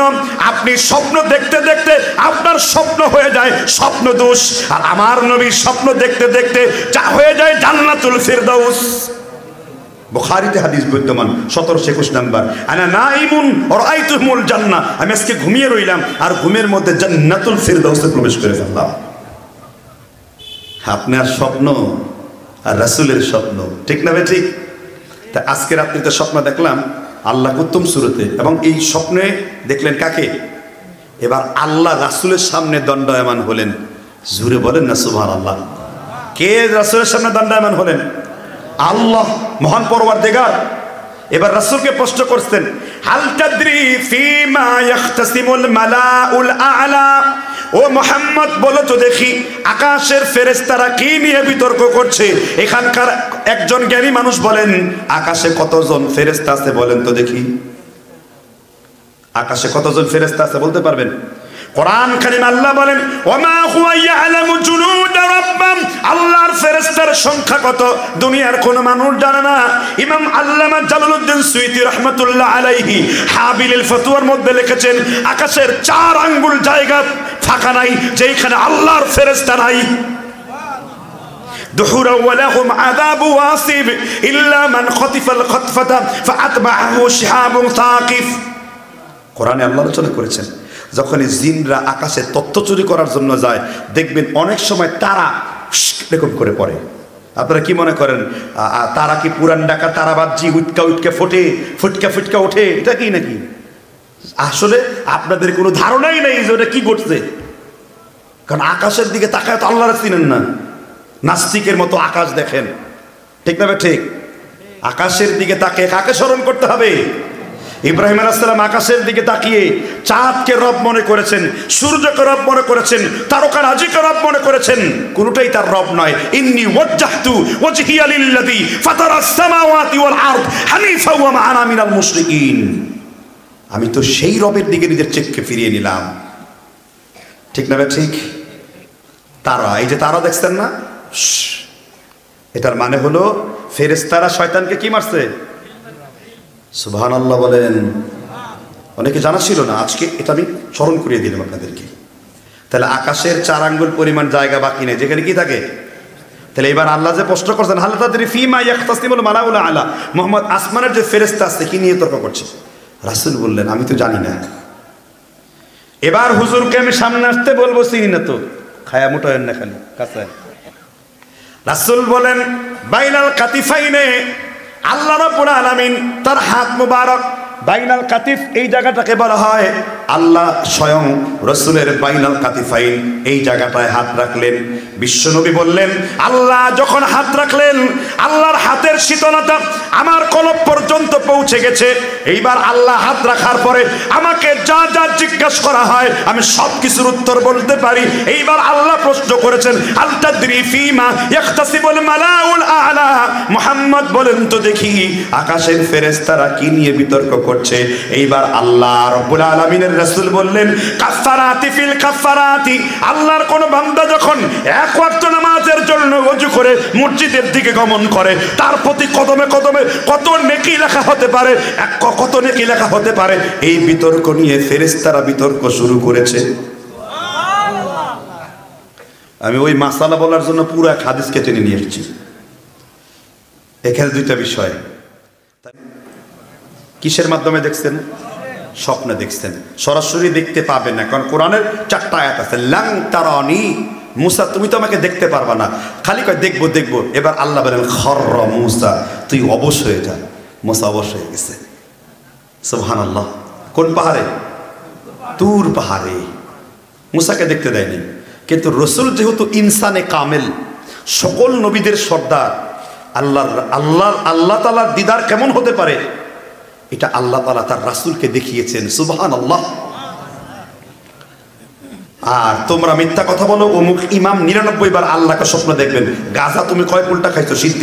সিদ্ধি কতটুকু খাইছো তুমি? সিদ্ধি তোর সিদ্ধি খাওয়ার অবস্থা দেখে খারাপ হয়ে গেছে। সিদ্ধিখোর। কোনোদিন কোনো ইমাম এতবার আল্লাহকে দেখেন। রসুলের জীবনে একবার, রসুল এর কোনো বিশদ ব্যাখ্যা দেন নাই। ওষুধের কোনো বিষয় কি ব্যাখ্যা দেন নাই। তাও আবার ইবনে আব্বাস থেকে হাদিসটি। প্রসঙ্গক্রমে একটি কথা আপনাদেরকে নোট করতেছি। জিব্রিল আলাইহিস সালামকে একমাত্র সরাসরি দেখছেন দুইজন ব্যক্তি, আল্লাহ নবীর। আল্লাহ নবীর পরে আর কে বলতে পারবেন? হুসাইনও দেখেন জিব্রিলের সরাসরি, খাদিজাও দেখেন জিব্রিলের সরাসরি, অন্য রূপে দেখছেন। জিব্রিলকে তার সরাসরি রূপে রাসূলুল্লাহর আপন চাচাতো ভাই আব্দুল্লাহ ইবনে আব্বাস জিব্রিলকে সরাসরি দেখতে পেয়েছিলেন। সুবহানাল্লাহ বলেন। শুধু আব্দুল্লাহ ইবনে আব্বাসের ফজিলত নিয়ে 537টি হাদিস রয়েছে, যা এরকম 4টা মাহফিল করা সম্ভব। এত বড় ফজিলতপূর্ণ সাহাবা কে? আব্দুল্লাহ ইবনে আব্বাস যখন আরাফায় খুতবা দিতেন, লোকেরা বলতো, হে মুহাম্মদের লিবাস, আপনাকে দেখলে আল্লাহ রাসূলের কথা মনে পড়ে। কারণ রসুল একটা ভবিষ্যৎবাণী করেছেন, 3 জন ব্যক্তির চেহারা আল্লাহ রাসূলের মতো ছিল। যে ব্যক্তি আমার সাহাবা, আমার চাচাতো ভাই আব্দুল্লাহ ইবনে আব্বাসকে দেখলো, সেজন্য আল্লাহ রাসূলকে দেখলো, কারণ তার চেহারা আল্লাহ রাসূলের মতো ছিল। 2 নম্বর হুসাইন ইবনে আলী, তার চেহারা আল্লাহ রাসূলের মতো ছিল। সুবহানাল্লাহ। 3 নম্বর জাফর বিন আবি তালিব আত-তয়ার, মুতার যুদ্ধে শহীদ হয়েছেন, রাসূলুল্লাহর আপন চাচাতো ভাই, তার চেহারা আল্লাহ রাসূলের মতো ছিল। এই 3 জন ব্যক্তির চেহারা আল্লাহ রাসূলের মতো ছিল। হুজুর দলিল ভাই জানাতন কিতাবের দলিল না, ইমাম রাগিব আল ইসফাহানি কিতাবুল ইতিসাম 23 নম্বর পৃষ্ঠায় তিনি হাদিস এনেছেন। আর কিতাবুল ইতিসাম উসুলের একটি গ্রন্থ, যেখানে ভুল হওয়ার কোনো সম্ভাবনা নেই। কথা কি বুঝতে পারছেন কিনা? আল্লাহ বুঝবার তৌফিক দান করুক। তাহলে এগুলা শুনে কি নামাজের প্রতি আমাদের ভরসা বাড়ছে কিনা? তাহলে বেনামাজি কাফের, বেনামাজির বউ নাই, বেনামাজির সন্তান হারামজাদা, বেনামাজির কবরে জানাজা নাই, এই ঘোষণা দিতে হবে। কোন বেনামাজির জানাজা আপনার এই এলাকায় হবে না। দেখবেন নামাজি আরো বেশি পরিমাণে বেড়ে গেছে। ঠিক তো মুখ দিয়ে বললেন, ঠিক প্রমাণ করবেন এটা, ঠিক না? ঠিক। তাহলে এই বিপ্লবটা করা দরকার আছে কিনা? নামাজ পরিত্যাগ করে ইসলামী দলের কর্মী হওয়া যাবে না। ইসলামী দলের কর্মী হতে গেলে তাকে নামাজি হতে হবে। কারণ একজন মুসলমান মানে বিপ্লবী, একজন মুসলমান মানে জিহাদি, একজন মুসলমান মানে অন্যায় অপরাধের বিরুদ্ধে সে সিংহের মতো গর্জে উঠবে। ঠিক না? ঠিক জন্য বলেন। এজন্য কবি আইনুদ্দিন আজাদ বলেছেন, বিপ্লব মানে জীবন দেওয়া, বসে থাকা নয়, সে কোনো দিন আসবে না রে কর যদি ভয়। বিপ্লব মানে জীবন দেওয়া, বসে থাকা নয়। ঠিক না? ঠিক জন্য বলেন। আল্লাহ আমাদের তৌফিক দান করুক। একজনে বলছে, হুজুর তো ভাত খান না, কিন্তু আমি বলছিলাম আমি এনার্জি খেয়ে উঠতেছি। ঠিক না? ঠিক। আলহামদুলিল্লাহ, ডায়েট মেনটেন করে চলাটা উত্তম। কথা কি বুঝতে পারছেন কিনা?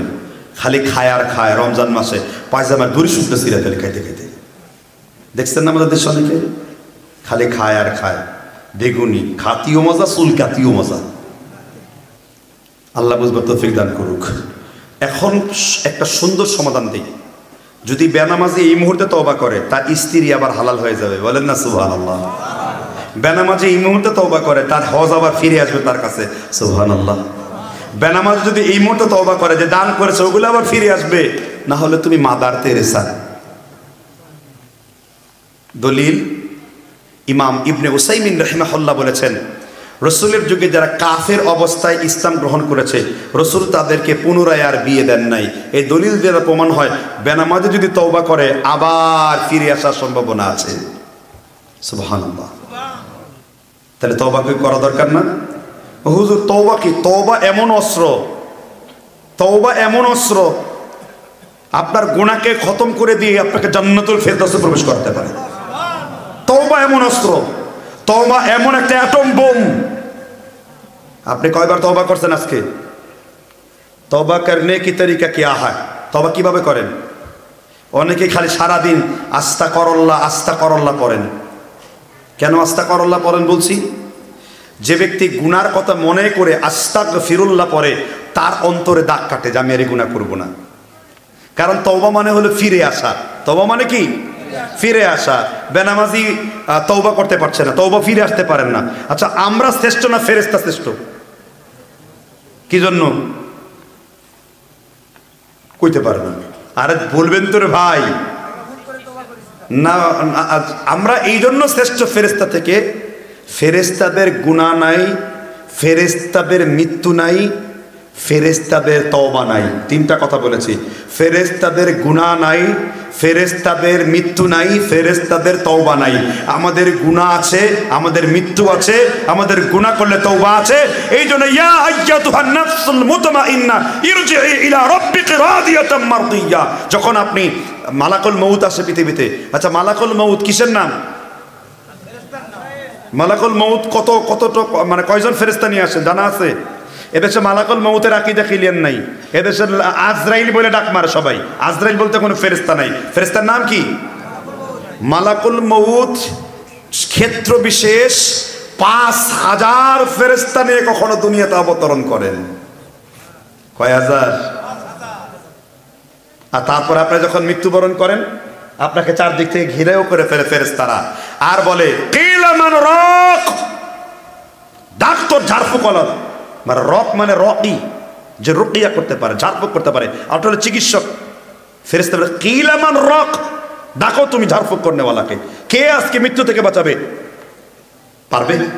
ফালাউলা ইদা বালাগাতিল হুলকুম, যখন আপনার রুহু এই কণ্ঠনালীর উপর উঠে যাবে, ওয়া আনতুম হিনাইযিন তানজুরুন, তখন তুমি নির্বাক হয়ে দেখতে থাকবে। আর মৃত্যুর সময় মানুষের চোখ কেন বড় হয়? মানুষের এই দুই চোখে 5694 কোটি গ্যালারি আছে। বাড়িতে যে বউর কাছে সুবহানাল্লাহ বলেন। যখন মানুষ চোখ বন্ধ করে মৃত্যুর সময়, তার শৈশবকাল, তার কৈশোরকাল, তার যৌবনকাল, কোন মেয়েরে হাত দিয়েছেন, কোন জায়গায় জম্মের সুদের টাকা খাইছেন, কার সাথে জেনা করছেন, রাস্তার মোড়ে কারা চাঁদাবাজিতে নেমে গেছেন, এই সব চান্দাবাজ, ধান্দাবাজ, জেনাবাজ, জেনাখোর, সব খোরদেরকে এই চোখের সামনে দেওয়া হয়। আর ভয় পাইতে থাকে। বলেন না নাউযুবিল্লাহ। যারা মুমিন তাদের জন্য একটি কথাই বলে, নাহনু আউলিয়াউকুম ফিল হায়াতিদ দুনিয়া ওয়া ফিল আখিরাহ ওয়া লাকুম ফিহা মা তাশতাকি আনফুসুকুম ওয়া লাকুম ফিহা মা তাদউন নুজুলাম মিন গফুরির রহিম। সুবহানাল্লাহ বলেন।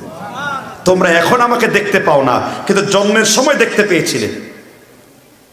আর তখন মানুষ আফসোস করে তওবা করার জন্য। ফেরেশতার ডান্ডা দেখে তওবা করলে গ্রহণ হবে না, ঠিক না বে ঠিক? তারপরে কি করেন? একটা পায়ের সাথে আরেকটা পা জড়িয়ে দেয় ভয়ে। আউযুবিল্লাহ। বেনামাজির যে কি শাস্তি হবে, আউযুবিল্লাহ। জেনাকারীর যে কি শাস্তি হবে, আউযুবিল্লাহ। পরের বাড়ির মেয়ের গোসল চুরি করে দেখে, মোবাইলে প্রন ভিডিও দেখে, অন্য মেয়ের চরিত্র হরণ করে এই মজা নেওয়ার কি শাস্তি হবে, এটা আমি বলতে পারবো না বাচ্চায়। আল্লাহর রাসূল এত ভয়ঙ্কর কথা বলেছেন তাদের বিরুদ্ধে।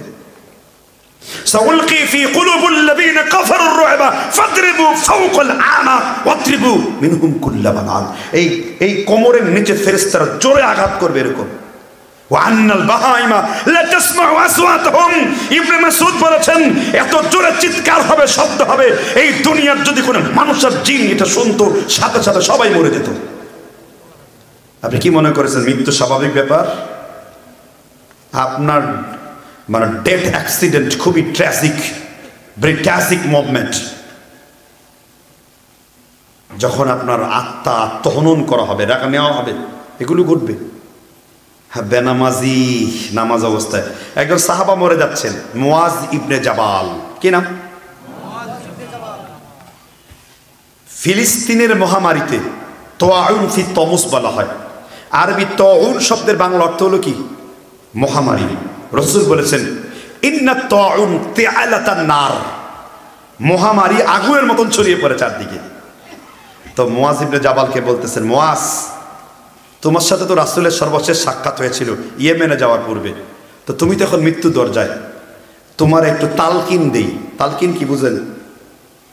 এই দেশের লোকেরা মৃত মানুষের বাড়িতে যে সূরা ইয়াসিন পড়ে, আছে কিনা? এই আরো কিছু গন্ড মূর্খ বিদাতি, ছাগল দাতি, রাম দাতি আছে, এরা মানুষের বাড়ি বাড়ি যে দোয়া ইউনুস পড়ে। মাটির গুল্লি দিয়ে আগে গন্ত, এখন ভ্যারান্ডার বিসি গনে ১৬ লক্ষ বার আছে আপনাদের দিকে। আলহামদুলিল্লাহ। আচ্ছা, মৃত মানুষ বা অসুস্থ মানুষের বাড়িতে গেলে কি করতে হয়? এইটার নামই তালকিন। এটার নামই কি? একজন তালকিন শব্দের অর্থ হলো সহজ কথা। আর প্রথমে অসুস্থ ব্যক্তিকে দেখতে গেলে কি দোয়া পড়তে হয়? লা বাসা তুহুরুন ইনশাআল্লাহ, সুবহানাল্লাহ বলেন।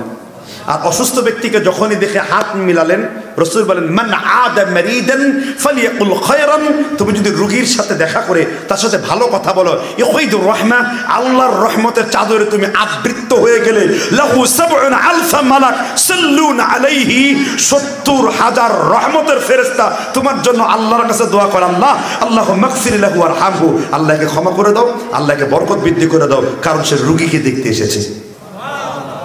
সহিহ ইবনে হিব্বান হাদিসের সনদ একেবারে সহিহ, ১৪২১ নাম্বার। একই হাদিস ইমাম নাসাই রাহিমাহুল্লাহ তার কিতাবের মধ্যে বর্ণনা করেছেন ১৬৯৪ নাম্বার। একই হাদিস কিতাবুল আযকারের মধ্যে ইমাম নববী রাহিমাহুল্লাহ বর্ণনা করেছেন ৮৭৪ নাম্বারে। তাই এবার আপনি বলেন তো, আমাদের এত নিয়ামতপূর্ণ কথা শুনে তওবা করা উচিত কিনা? ফিরে আসা উচিত কিনা? কবির ভাষায় বলতে হয়, সমাধান যদি চাও জীবনে মরণে, খুঁজে যাও ফিরে নাও চোখ রাখো কোরআনে। সুবহানাল্লাহ বলেন। এটা সূরা নিসার আয়াতের ব্যাখ্যা। ইয়া আইয়ুহাল্লাযীনা আমানু আতিউল্লাহ ওয়া আতিউর রাসূল ওয়া উলিল আমরি মিনকুম। সুবহানাল্লাহ বলেন। এটা ভাবার্থ। কি অর্থ?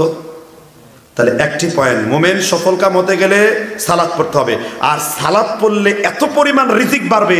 এই যে বরকত উঠে যাওয়ার প্রথম কারণ কি জানেন? সালাত পরিত্যাগ করে। বরকত নাই, কোনো বরকত নাই।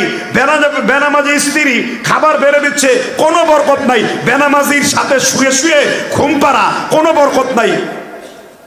বেনামাজি স্ত্রীর সাথে শুয়ে আছে, বরকত বাড়ে না। পুরুষ না তো এগুলো, এগুলো থার্ড জেন্ডার, কিলিবলিঙ্গ, যারা খাস বাংলায় বলে হিজরা মার্কা, হিজরা টাইপ। বুঝছেন কি? এবার হিজরা টাইপদেরকে নিয়ে কিছু কথা বলবো ইনশাআল্লাহ। নামাজকে যখন ছেড়ে দেন তখন সমাজের মধ্যে কি বৃদ্ধি পায় ব্যাপকভাবে বলেন তো? এটা আপনার বলার দরকার নেই, আল্লাহ বলে দিয়েছেন, ইন্নাস সালাতা তানহা আনিল ফাহশাই ওয়াল মুনকার। সুবহানাল্লাহ বলেন। নামাজ তোমাদের যাবতীয় কি পাপ থেকে ফিরিয়ে রাখবে? আচ্ছা, এই যে এত শুদ্ধ ভাষায় যে বললেন, অশ্লীলতা পুরে ভাষা, ভাষা ১২টা বাজিয়েছিল মুজিবর আর কবি লুচ্চা রবীন্দ্রনাথ। ৪৭টা বেশ্যাঘর চালাতো এই রবীন্দ্রনাথ ঠাকুর। ভারত বিজয়ী, নোবেল বিজয়ী অমর্ত্য সেন বলেছেন, এটা হালাল জাদা না হারাম জাদা, এর ডিএনএ টেস্ট করো। ওরা দেখতে ইংরেজ লাগে, ঠিক না ভাই? ঠিক। যে সময় কবি নজরুল জিহাদের কবিতা লিখেছে, আর উনি তখন লিখেছে, আমার পরাণে যাহা চায় তুমি তাই তাই গো। মূর্খ, এই মূর্খের কবিতা জাতীয় সঙ্গীত হয়েছে। এই কবিতার সরাসরি শিরক আছে, ঠিক না ভাই? ঠিক।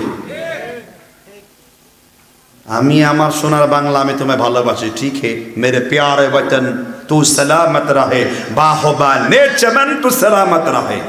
ওকে, ঠিক আছে, लेकिन ये शायर की किसी का वक्त फारिग होने के बाद, এই কবিতার কিছু পরেই সময়ে তারপরে আসছে শিরকি কথা।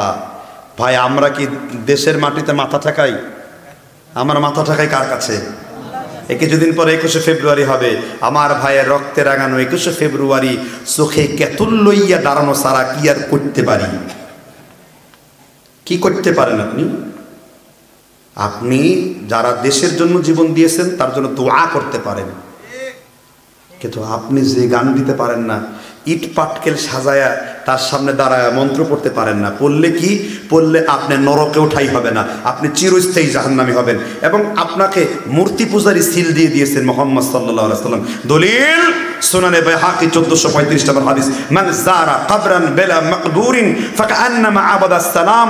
কেউ যদি কোনো মূর্তি বা ইট পাথরের সামনে জিয়ারত করলো, সেজন্য সরাসরি মূর্তি পূজারী হয়ে গেল।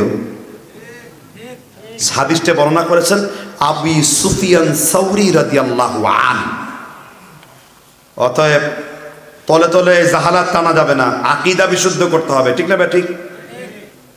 তাহলে 2 নাম্বার পয়েন্ট, এই পয়েন্টটা বলে ওয়াজ আজকে শেষ। কয়টা বাজে?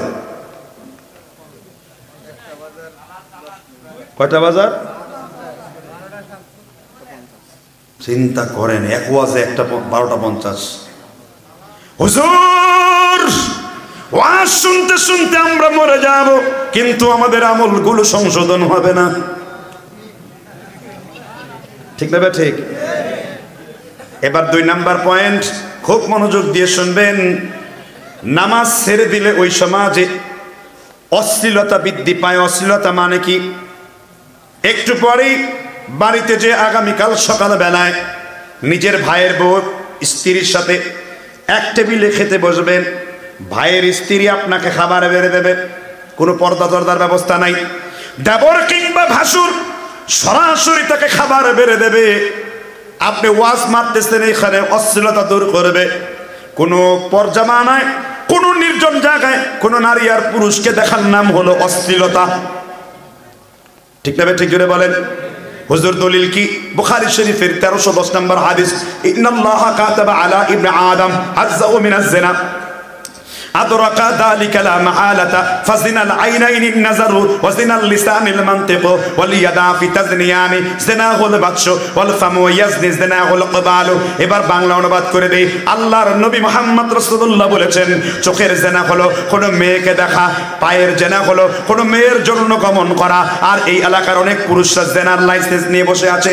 একটু পূর্বেই আমি তৃতীয় লিঙ্গের কথা বলেছি। এই হাদিস বলবার পরে আপনার অবস্থা কেমন হবে আপনি নির্ধারণ করবেন। আবু দাউদ শরীফের 1624 নাম্বার হাদিস, ইবনে মাজার হাদিস নাম্বার হলো 1453 নাম্বার। আল্লাহর নবী মুহাম্মদ রাসূলুল্লাহ বলেছেন, 3 প্রকার ব্যক্তি আল্লাহর জান্নাতে যাবে না। কয় প্রকার ব্যক্তি? আওয়াজ এত ক্ষীণ কেন? জোরে বলেন, কয় প্রকার ব্যক্তি? মহিলা মানুষ নাকি? আরো জোরে বলেন, কয় প্রকার ব্যক্তি? আল্লাহর নবী মুহাম্মদ রাসূলুল্লাহ বলেছেন 3 প্রকার ব্যক্তি কখনো আল্লাহর জান্নাতে যাবে না। এর মধ্যে এক প্রকার হলো আদ-দাইয়ুস লা ইয়াদখুলুল জান্নাহ, দাইয়ুস কখনো জান্নাতে যাবে না।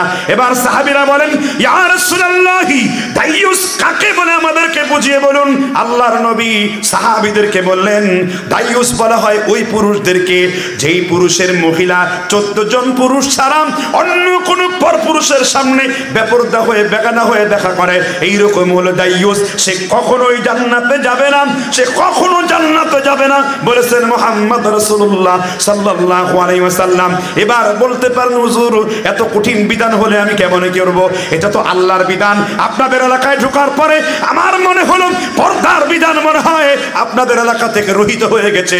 নামাজ যেমন ফরজ, রোজা যেমন ফরজ, যাকাত যেমন ফরজ, আল্লাহ রাব্বুল আলামিন পর্দা ফরজ করেছেন ওই রকম। একমত না 2 মত? এবার আমি আপনাদেরকে বলি কিভাবে আপনি জাহান্নামী হবেন। আল্লাহর নবী বলেছেন, হাদিস রয়েছে বুখারী শরীফের কিতাবুল ফিতান 6072 নাম্বার শেষ দিকে, তাই রেফারেন্স কমিয়ে আরবি হাদিস আর বাংলা অনুবাদ করছি। আল্লাহর নবী বলেন, লা তাকুমুস সাআ হাত্তা ইয়াতাকারাবাল আসওয়াক, ওই পর্যন্ত দুনিয়া কিয়ামত হবে না যেই পর্যন্ত ঘন ঘন বাজার না বসবে। এই জন্য আপনার এলাকায় বাজার আছে না নাই? এরপরে আল্লাহর নবী বলেন, বাজারে সর্বপ্রথম গমন করবে তোমাদের মহিলাগণ। আর মহিলাগণ কেমন হবে? আজ থেকে 1446 বছর পূর্বে আল্লাহর নবী বলে গিয়েছেন মহিলারা কেমন হবে। যদি অন্য ওয়াজটা আমার মা বোন না বুঝে থাকেন, এই ওয়াজটা যদি আপনার কান পর্যন্ত পৌঁছে যায়, তাহলে আপনি ভালো করে বুঝবেন কিয়ামতের পূর্বে এমন কিছু নারী বের হবে, কাসিয়াতুন আরিয়াতুন মাইলাতুন কাসনামাতিল বুখতিল ইদাফিল আনুহুন্নাতি ফাইন্নাহুন্না মালউনাতি। আল্লাহর নবী বলেছেন তারা এমন পাতলা কাপড় পরবে, পাতলা কাপড় পরার পর উলঙ্গিনী বলে মনে হবে। কিন্তু আপনাদেরকে যতই বলি, কিন্তু আপনারা তত বেশি এই কথার উপর কর্ণপাত করেন না। কারণ এই পুরুষরা সত্যিকার অর্থে পুরুষ না। কলকাতা হারবাল খেলেই কি, আমেরিকার হারবাল খেলেই কি, আপনি পাশের উপজেলা ডাক্তারিতে কিডনি পরীক্ষা করার জন্য যান, ডায়াবেটিস পরীক্ষা করার যান, একটু ভালো করে পরীক্ষা করতে যাবেন আপনি পুরুষ না মহিলা। এই হাদিস পড়ার পরে যদি আপনার স্ত্রী কিংবা কন্যা সন্তান আগামীকালকে উলঙ্গ হয়ে রাস্তায় বের হয়, আল্লাহর কসম আপনি পুরুষ পুরুষ নন, আপনি হলেন তৃতীয় লিঙ্গ, কোনো সন্দেহ নেই। ঠিক না? ঠিক। যেই পুরুষের পুরুষত্ব থাকে না, এর কি পুরুষ বলে? উরুভঙ্গ, ধবসভঙ্গ, সব ভঙ্গ। নেই কোনো আশা, বন্ধ মুখের ভাষা, চারিদিকে দেখি শুধু অন্ধকার। নেই কোনো আশা, বন্ধ মুখের ভাষা, চারিদিকে দেখি শুধু অন্ধকার। ঠিক না? ঠিক বলেন।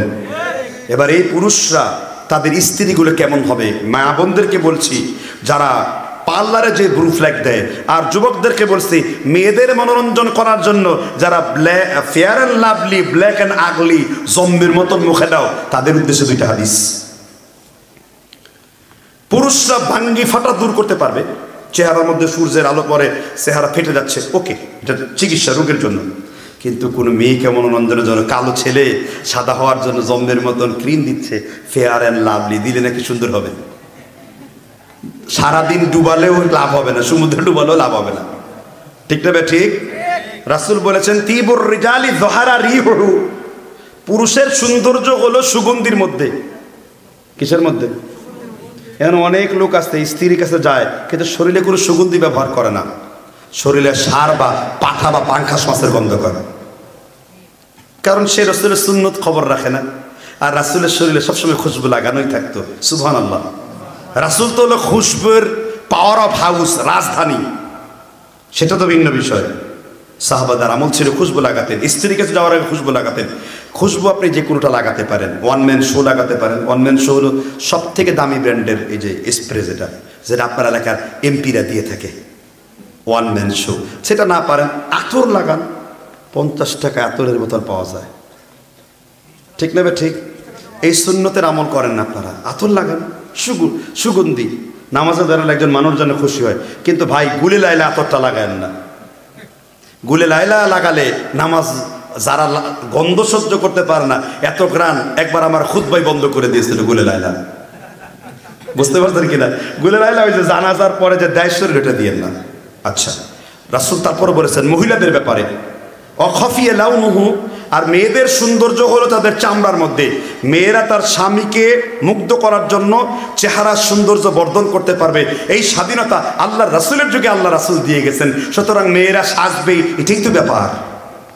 তবে পার্থক্য হলো মেয়েরা পাশের বাড়ির দেবরের জন্য, পার্থক্য হলো বিয়ের আগে বন্ধুকে পটাবার জন্য, পার্থক্য হলো ফেসবুকে 7 জন বয়ফ্রেন্ড রেখেছেন তাকে পাগল করার জন্য যে চামড়া সৌন্দর্য করছেন, এটা হারাম, ব্যভিচার, জেনা, ওরে শয়তান, ওকে থুতু মারতে বলা হয়েছে শরীয়তে। ঠিক তো বললেন। দলিল, দলিল ছাড়া কোনো কথা আছে? বুঝেন নাই? এবার এই দলিল বলবো আর আপনারা নিজেরা ফিট করবেন। আপনি কয় নাম্বারের স্বামী, কয় নাম্বারের ভাই, আর কয় নাম্বারের আপনি পুরুষ, বলবো কিনা হাদিসটি? হুজুর জাল হাদিস বলবেন না, জাল হাদিস দূর কি বাত হ্যায়। আমি তো কোনো জয়ীফ হাদিস বলি না, এমনকি হাসান লি গায়রিহি এই হাদিসকেও আমি মানি না। আমি শুধু 2 রকম হাদিস মানি, একটা সহিহ আর একটা হলো হাসান লি যাতিহি, যে হাদিসের ব্যাপারে কোনো সন্দেহ নাই। সুবহানাল্লাহ বলেন। এই রকমই একটি হাদিস 24টি কিতাবে হাদিসটা বর্ণিত রয়েছে।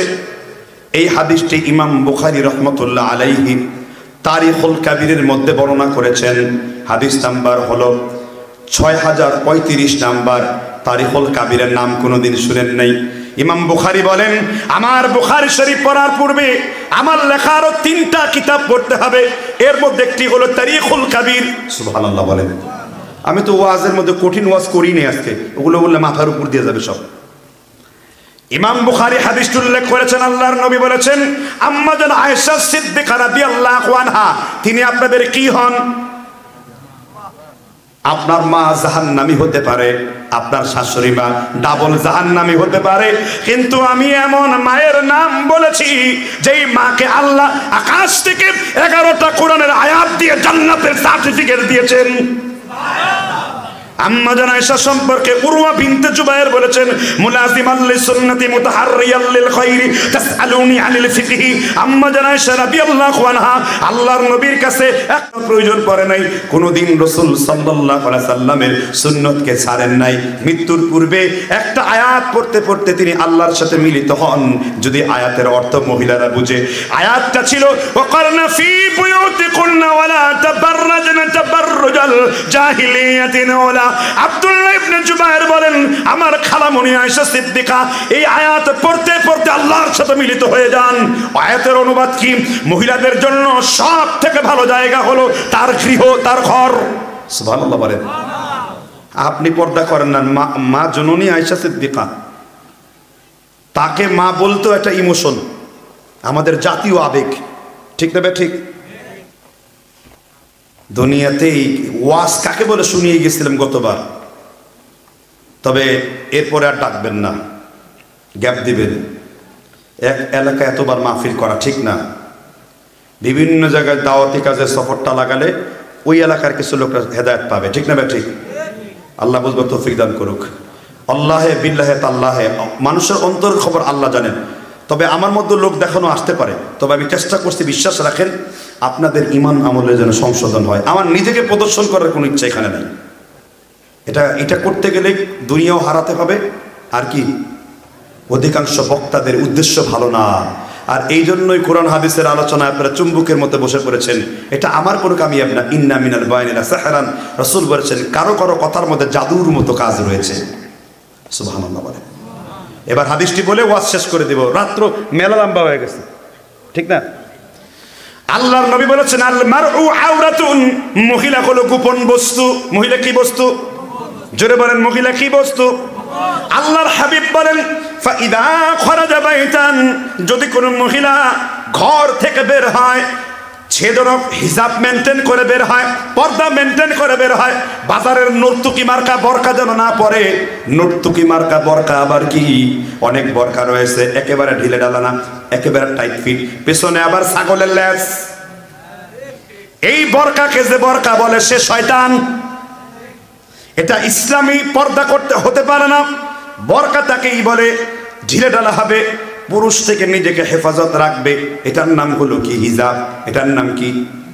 আল্লাহর নবী বলেছেন আল মারউ আওরাত, মহিলা হলো গোপন বস্তু। ফাইদা খরাজা বাইতান, যখন মহিলা ঘর থেকে উলঙ্গ অবস্থায় বের হয়, হাত দেখা যায়, পিঠ দেখা যায়, অনেক কিছু দেখা যায়, এই রকম কোন মহিলা যদি বের হয়, রাসূল বলেছেন ইস্তাশরাফা শাইতান, তার পেছনে ছুটতে শুরু করে কি? আপনারা বলেন, তার পেছনে ছুটতে শুরু করে কি?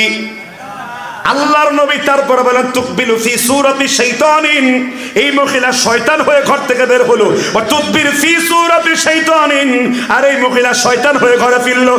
সেন লাগায়া, পাতলা কাপড় পরে, মাজাক কালি পরে, ইন্ডিয়ান থ্রি পিস পরে, পাকিস্তানের লোল থ্রি পিস পরে, আবার টপস পরে, আবার সালোয়ার পরে, আবার পাতলা জিন্সের প্যান্টগুলো পরে, আবার হিল পরে খিলখিল করে রাস্তা দিয়ে হেঁটে যায়।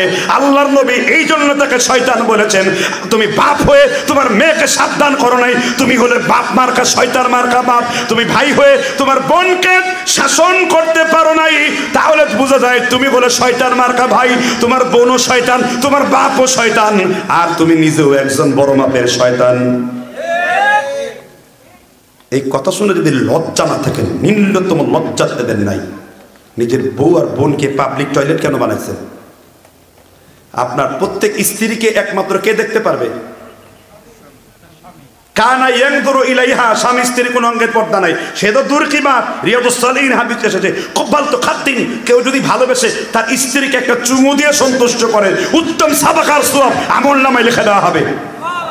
এনেই তো সুবহানাল্লাহ শেষ। এরপর আর কি পড়বেন? এরপর রাত্রে যখন ল্যাপ নিয়ে ঘুমিয়ে রয়েছেন, ওয়া জাআলু বাইনাহু ওয়া বাইনা মাওয়াদ্দাতা ওয়া রাহমা, আকাশ থেকে আল্লাহ দুইজনের মধ্যে মহব্বত বাড়িয়ে দিয়েছেন। কোরআনে আল্লাহ সব কিছু খুলে বলেছেন। আর এই দেশের মহিলারা, ঠিক না ঠিক? তাহলে মহিলারা কোথায় আসবে? কোন পথে আসবে? এসো নারী এসো স্বর্গেরই পথে, দুজকের পথচারী, ঠিক না ঠিক বলেন? কোন পথে আসতে হবে? স্বর্গের পথে। কোন পথ ছেড়ে? দুজকের পথ ছেড়ে। অর্থাৎ রাত্র গভীর, আগামীকালকে বগুড়া হিরো আলমের দেশ এবং সিদ্দিক সুরের বাংলাদেশ, পাশাপাশি জায়গায় মাহফিল। ইচ্ছা মতো ক্যালারি দিয়ে আসবো ইনশাল্লাহ, ঠিক না ঠিক? এদের রুচিবোধ এত নিচে নামে কি করে, থাকে কি করে হিরো আলম, ঠিক না ঠিক? জুড়ে বলেন। এরা যেখানে পাবেন বাংলা ধরে পেটাবেন, বুঝতে পারছেন কিনা? মনে রাখবেন একটা বাড়ির টিকটিকি দমন করছেন, অতএব এগুলো অশ্লীলতা ছড়াচ্ছে, বিশ্বাসপ। আমি আর সামনের দিকে যাচ্ছি না, দুইটা পয়েন্টে আলোচনা করেছি। আপনাদের ভালো লাগুক কি খারাপ লাগুক এটা আমার জানার দরকার নাই, তবে মুমিনের এই দুইটা গুণাবলী, অশ্লীলতা দূর করুন, নিজের আহাল পরিবারকে পর্দায় রাখুন, আর নিজে নামাজি হওয়ার চেষ্টা করুন। কি পারবেন তো ইনশাল্লাহ? ওয়া শেষ না হওয়ার আগে কিছু লোক কেল্লা ফতে দিচ্ছে না, আমরা দোয়া পড়বো তারপর এখান থেকে যাব, ঠিক না? ঠিক। আমি সভাপতি সাহেবকে আজকে, আমার ভাই সভাপতি না, আবুল সরকার সাহেব নেই তো কি হয়েছে? আবুল সরকার নিয়ে কিছু বলবো? আচ্ছা, আবুল সরকার এই ব্যক্তি অলরেডি মুরতাদ হয়ে গেছে। আল্লাহর মুখ এবং যা বলছে এটা মুখ দিয়ে বলার কথা না, ঠিক না ঠিক? এই বাউলরা সেই বাউল, যেই বাউলরা মূত্রখোর। ফিলিস্তিনের বাল নগরে থেকে এই বাউলদের জন্ম। বাউলুন শব্দের অর্থ মূত্র প্রস্রাব, বাউলরা প্রস্রাব খায়। বাউলরা খায় প্রেম ভাজা, তাদের আকরার মেয়েদের বীর্য আরো মেয়েদের অনেক কিছু মিলে একটা প্রেম ভাজা এই নিকৃষ্ট বাউলরা খায়। বাউলরা হলো যৌনচার, তারা বিভিন্ন মেয়েদের অঙ্গ প্রত্যঙ্গ নিয়ে কথা লেখে। আর এইরকম আবুল সরকার, আমি বলছি আমরা বাউল উৎখাত হোক এই আন্দোলন করি না, কিন্তু বাউলের নাম দিয়ে আল্লাহর রাসূলের বিকৃতি করবে, হাদিসের বিকৃতি করবে, বাংলাদেশের তৌহিদি জনতা এটা কখনো মেনে নেবে না। তোমরা বাউলরা যদি একত্রিত হও, 90% বাংলাদেশের তোমাদের বিরুদ্ধে আন্দোলন করব। আমি সরকারকে বলবো, ব্লাসফেমি আইন করে একদিনের মধ্যে ওর জাতির সম্মুখে মৃত্যুদণ্ড কার্যকর করে আল্লাহর সম্পর্কে এই দৃশ্যজনক না দেখাতে পারে। স্পষ্ট বুখারীতে হাদিস রয়েছে, মান বাদদালাহু দীনা ফাকতুলহু। কেউ যদি আল্লাহর দ্বীনকে পরিবর্তন করে তো ইসলামী শাসকের কর্তব্য হলো তাকে দ্বীনের জন্য তাকে দুনিয়া থেকে সরিয়ে দেওয়া, বিদায় করে দেওয়া। অথচ আজকে দেখি এক শ্রেণীর সুশীল এই জন্য আমাদের নবীকে জোরে বলেন, আর বাউলদের নবীকে লালন ফকির। বাউলদের ধর্ম ইসলাম না, বাউলরা আল্লাহতে বিশ্বাস করে না। এই জন্য বাউলরা লিখেছে, বাড়ির পাশে আরশি নগর, সেটাই একগর পড়শি বসত করে, আমি দেখলাম না একদিনও তারে। মানে আপনিই তো আরশ, আপনিই তো আল্লাহ, যত আল্লাহ তত আল্লাহ। বাউলরা পূর্ণিমার চাঁদে বছরে একদিন মেয়েদেরকে সেজদা করে, তারা মনে করে মেয়েরা নাকি আল্লাহ বানানোর ফ্যাক্টরি। এটা তাদের আকীদা। ডক্টর এনায়েত করিম তার বইতে লিখছে, আপনি যেমন আলিফ থেকে ইয়া পড়েন, আপনি কোরআন শুরু করেন কি দিয়ে? কোরআন পড়তে হয় কি বলে? বিসমিল্লাহির। তারা তাদের বইতে লিখছে বীজ মে আল্লাহ, বীজের মধ্যে আল্লাহ আছে। এদের কি মুসলমান বলা যায়? এরা আবার বলে আকাশটা কাঁপছিল কেন, জমিনটা নাচছিল কেন, বরফির ঘামছিল কেন, সেই দিন করিসটা গন্ডগোল, বিল্লাল কেন বাজায় ঢোল, খোল মোল্লা হাদিস খুল। মালেক দেওয়ান, শরীফ দেওয়ান, অমুক দেওয়ান, তমুক দেওয়ান, সব একই আকীদা। আর বাউলদের সব থেকে নিকৃষ্ট আকীদা হলো তারা মনে করে জাতপাতের কোনো ব্যবধান নাই। বামান চণ্ডাল বৌদ্ধ মুচি এক জলেতে হয় গো সূচি, দেখে শুনে হয় না রুচি। খাতনা দিলে হয় মুসলমান, নারীতে বলো কি বিধান। এইসব কথাবার্তা বলে বাউলরা বিশ্বাস ছড়াচ্ছে। এই জন্য এই বাউলের বিরুদ্ধে আমাদের তৌহিদের জনতাকে রুখে দাঁড়াতে হবে। রাসূল স্পষ্ট বলেছেন, হারামাল খামরা ওয়াল মাইসিরা ওয়াল কুবা ইস্তাহিল্লুনাল হিরা ওয়াল হারিরা ওয়াল মাআজিফ। হারাম করা হচ্ছে গান বাজনাকে, সমস্ত কিছুকে। বাউলদের সঙ্গ নেবেন না। এই জন্য আজকে যারা ছাত্র জনতা 24-এর আন্দোলন করে, আফসোস লাগে নাহিদদের জন্য, হাসনাদের জন্য। কি করে একজন বাউলের সমর্থন নিতে পারে যেখানে প্রকাশ্যে আমার আল্লাহকে গালি দিয়েছে, আমার আল্লাহ সম্পর্কে কটূক্তি করেছে? ওর বিচার বাংলাদেশে হতেই হবে। ধন্যবাদ জানাই হেফাজত ইসলামকে। সকল ইসলামপন্থীরা একত্রিত হচ্ছে। সময়ের দাবি, যারাই বাউলের নামে এইসব চালান করবে তাদের অবশ্যই 12টা বাজানো হবে বাংলাদেশে, ঠিক না? ঠিক জুড়ে বলেন। 2024 পরবর্তী বাংলাদেশ আর ফ্যাসিস্টদের বাংলাদেশ এক না। সেই সময় হাসিনাকে তেলবাজি করে গান গেয়েছে আবুল সরকার, ঠিক না? ঠিক। এই জন্য ওকে রাষ্ট্রদ্রোহ মামলা দিতে হবে। ও স্বাধীনতা বিরোধী, 24-এর আন্দোলন বিরোধী, ফ্যাসিস্টের দালাল। এই দালালদের ছাড় দেওয়া হবে না বাংলাদেশে, ঠিক না? ঠিক জুড়ে বলেন। আল্লাহ আমাদেরকে বুঝবো।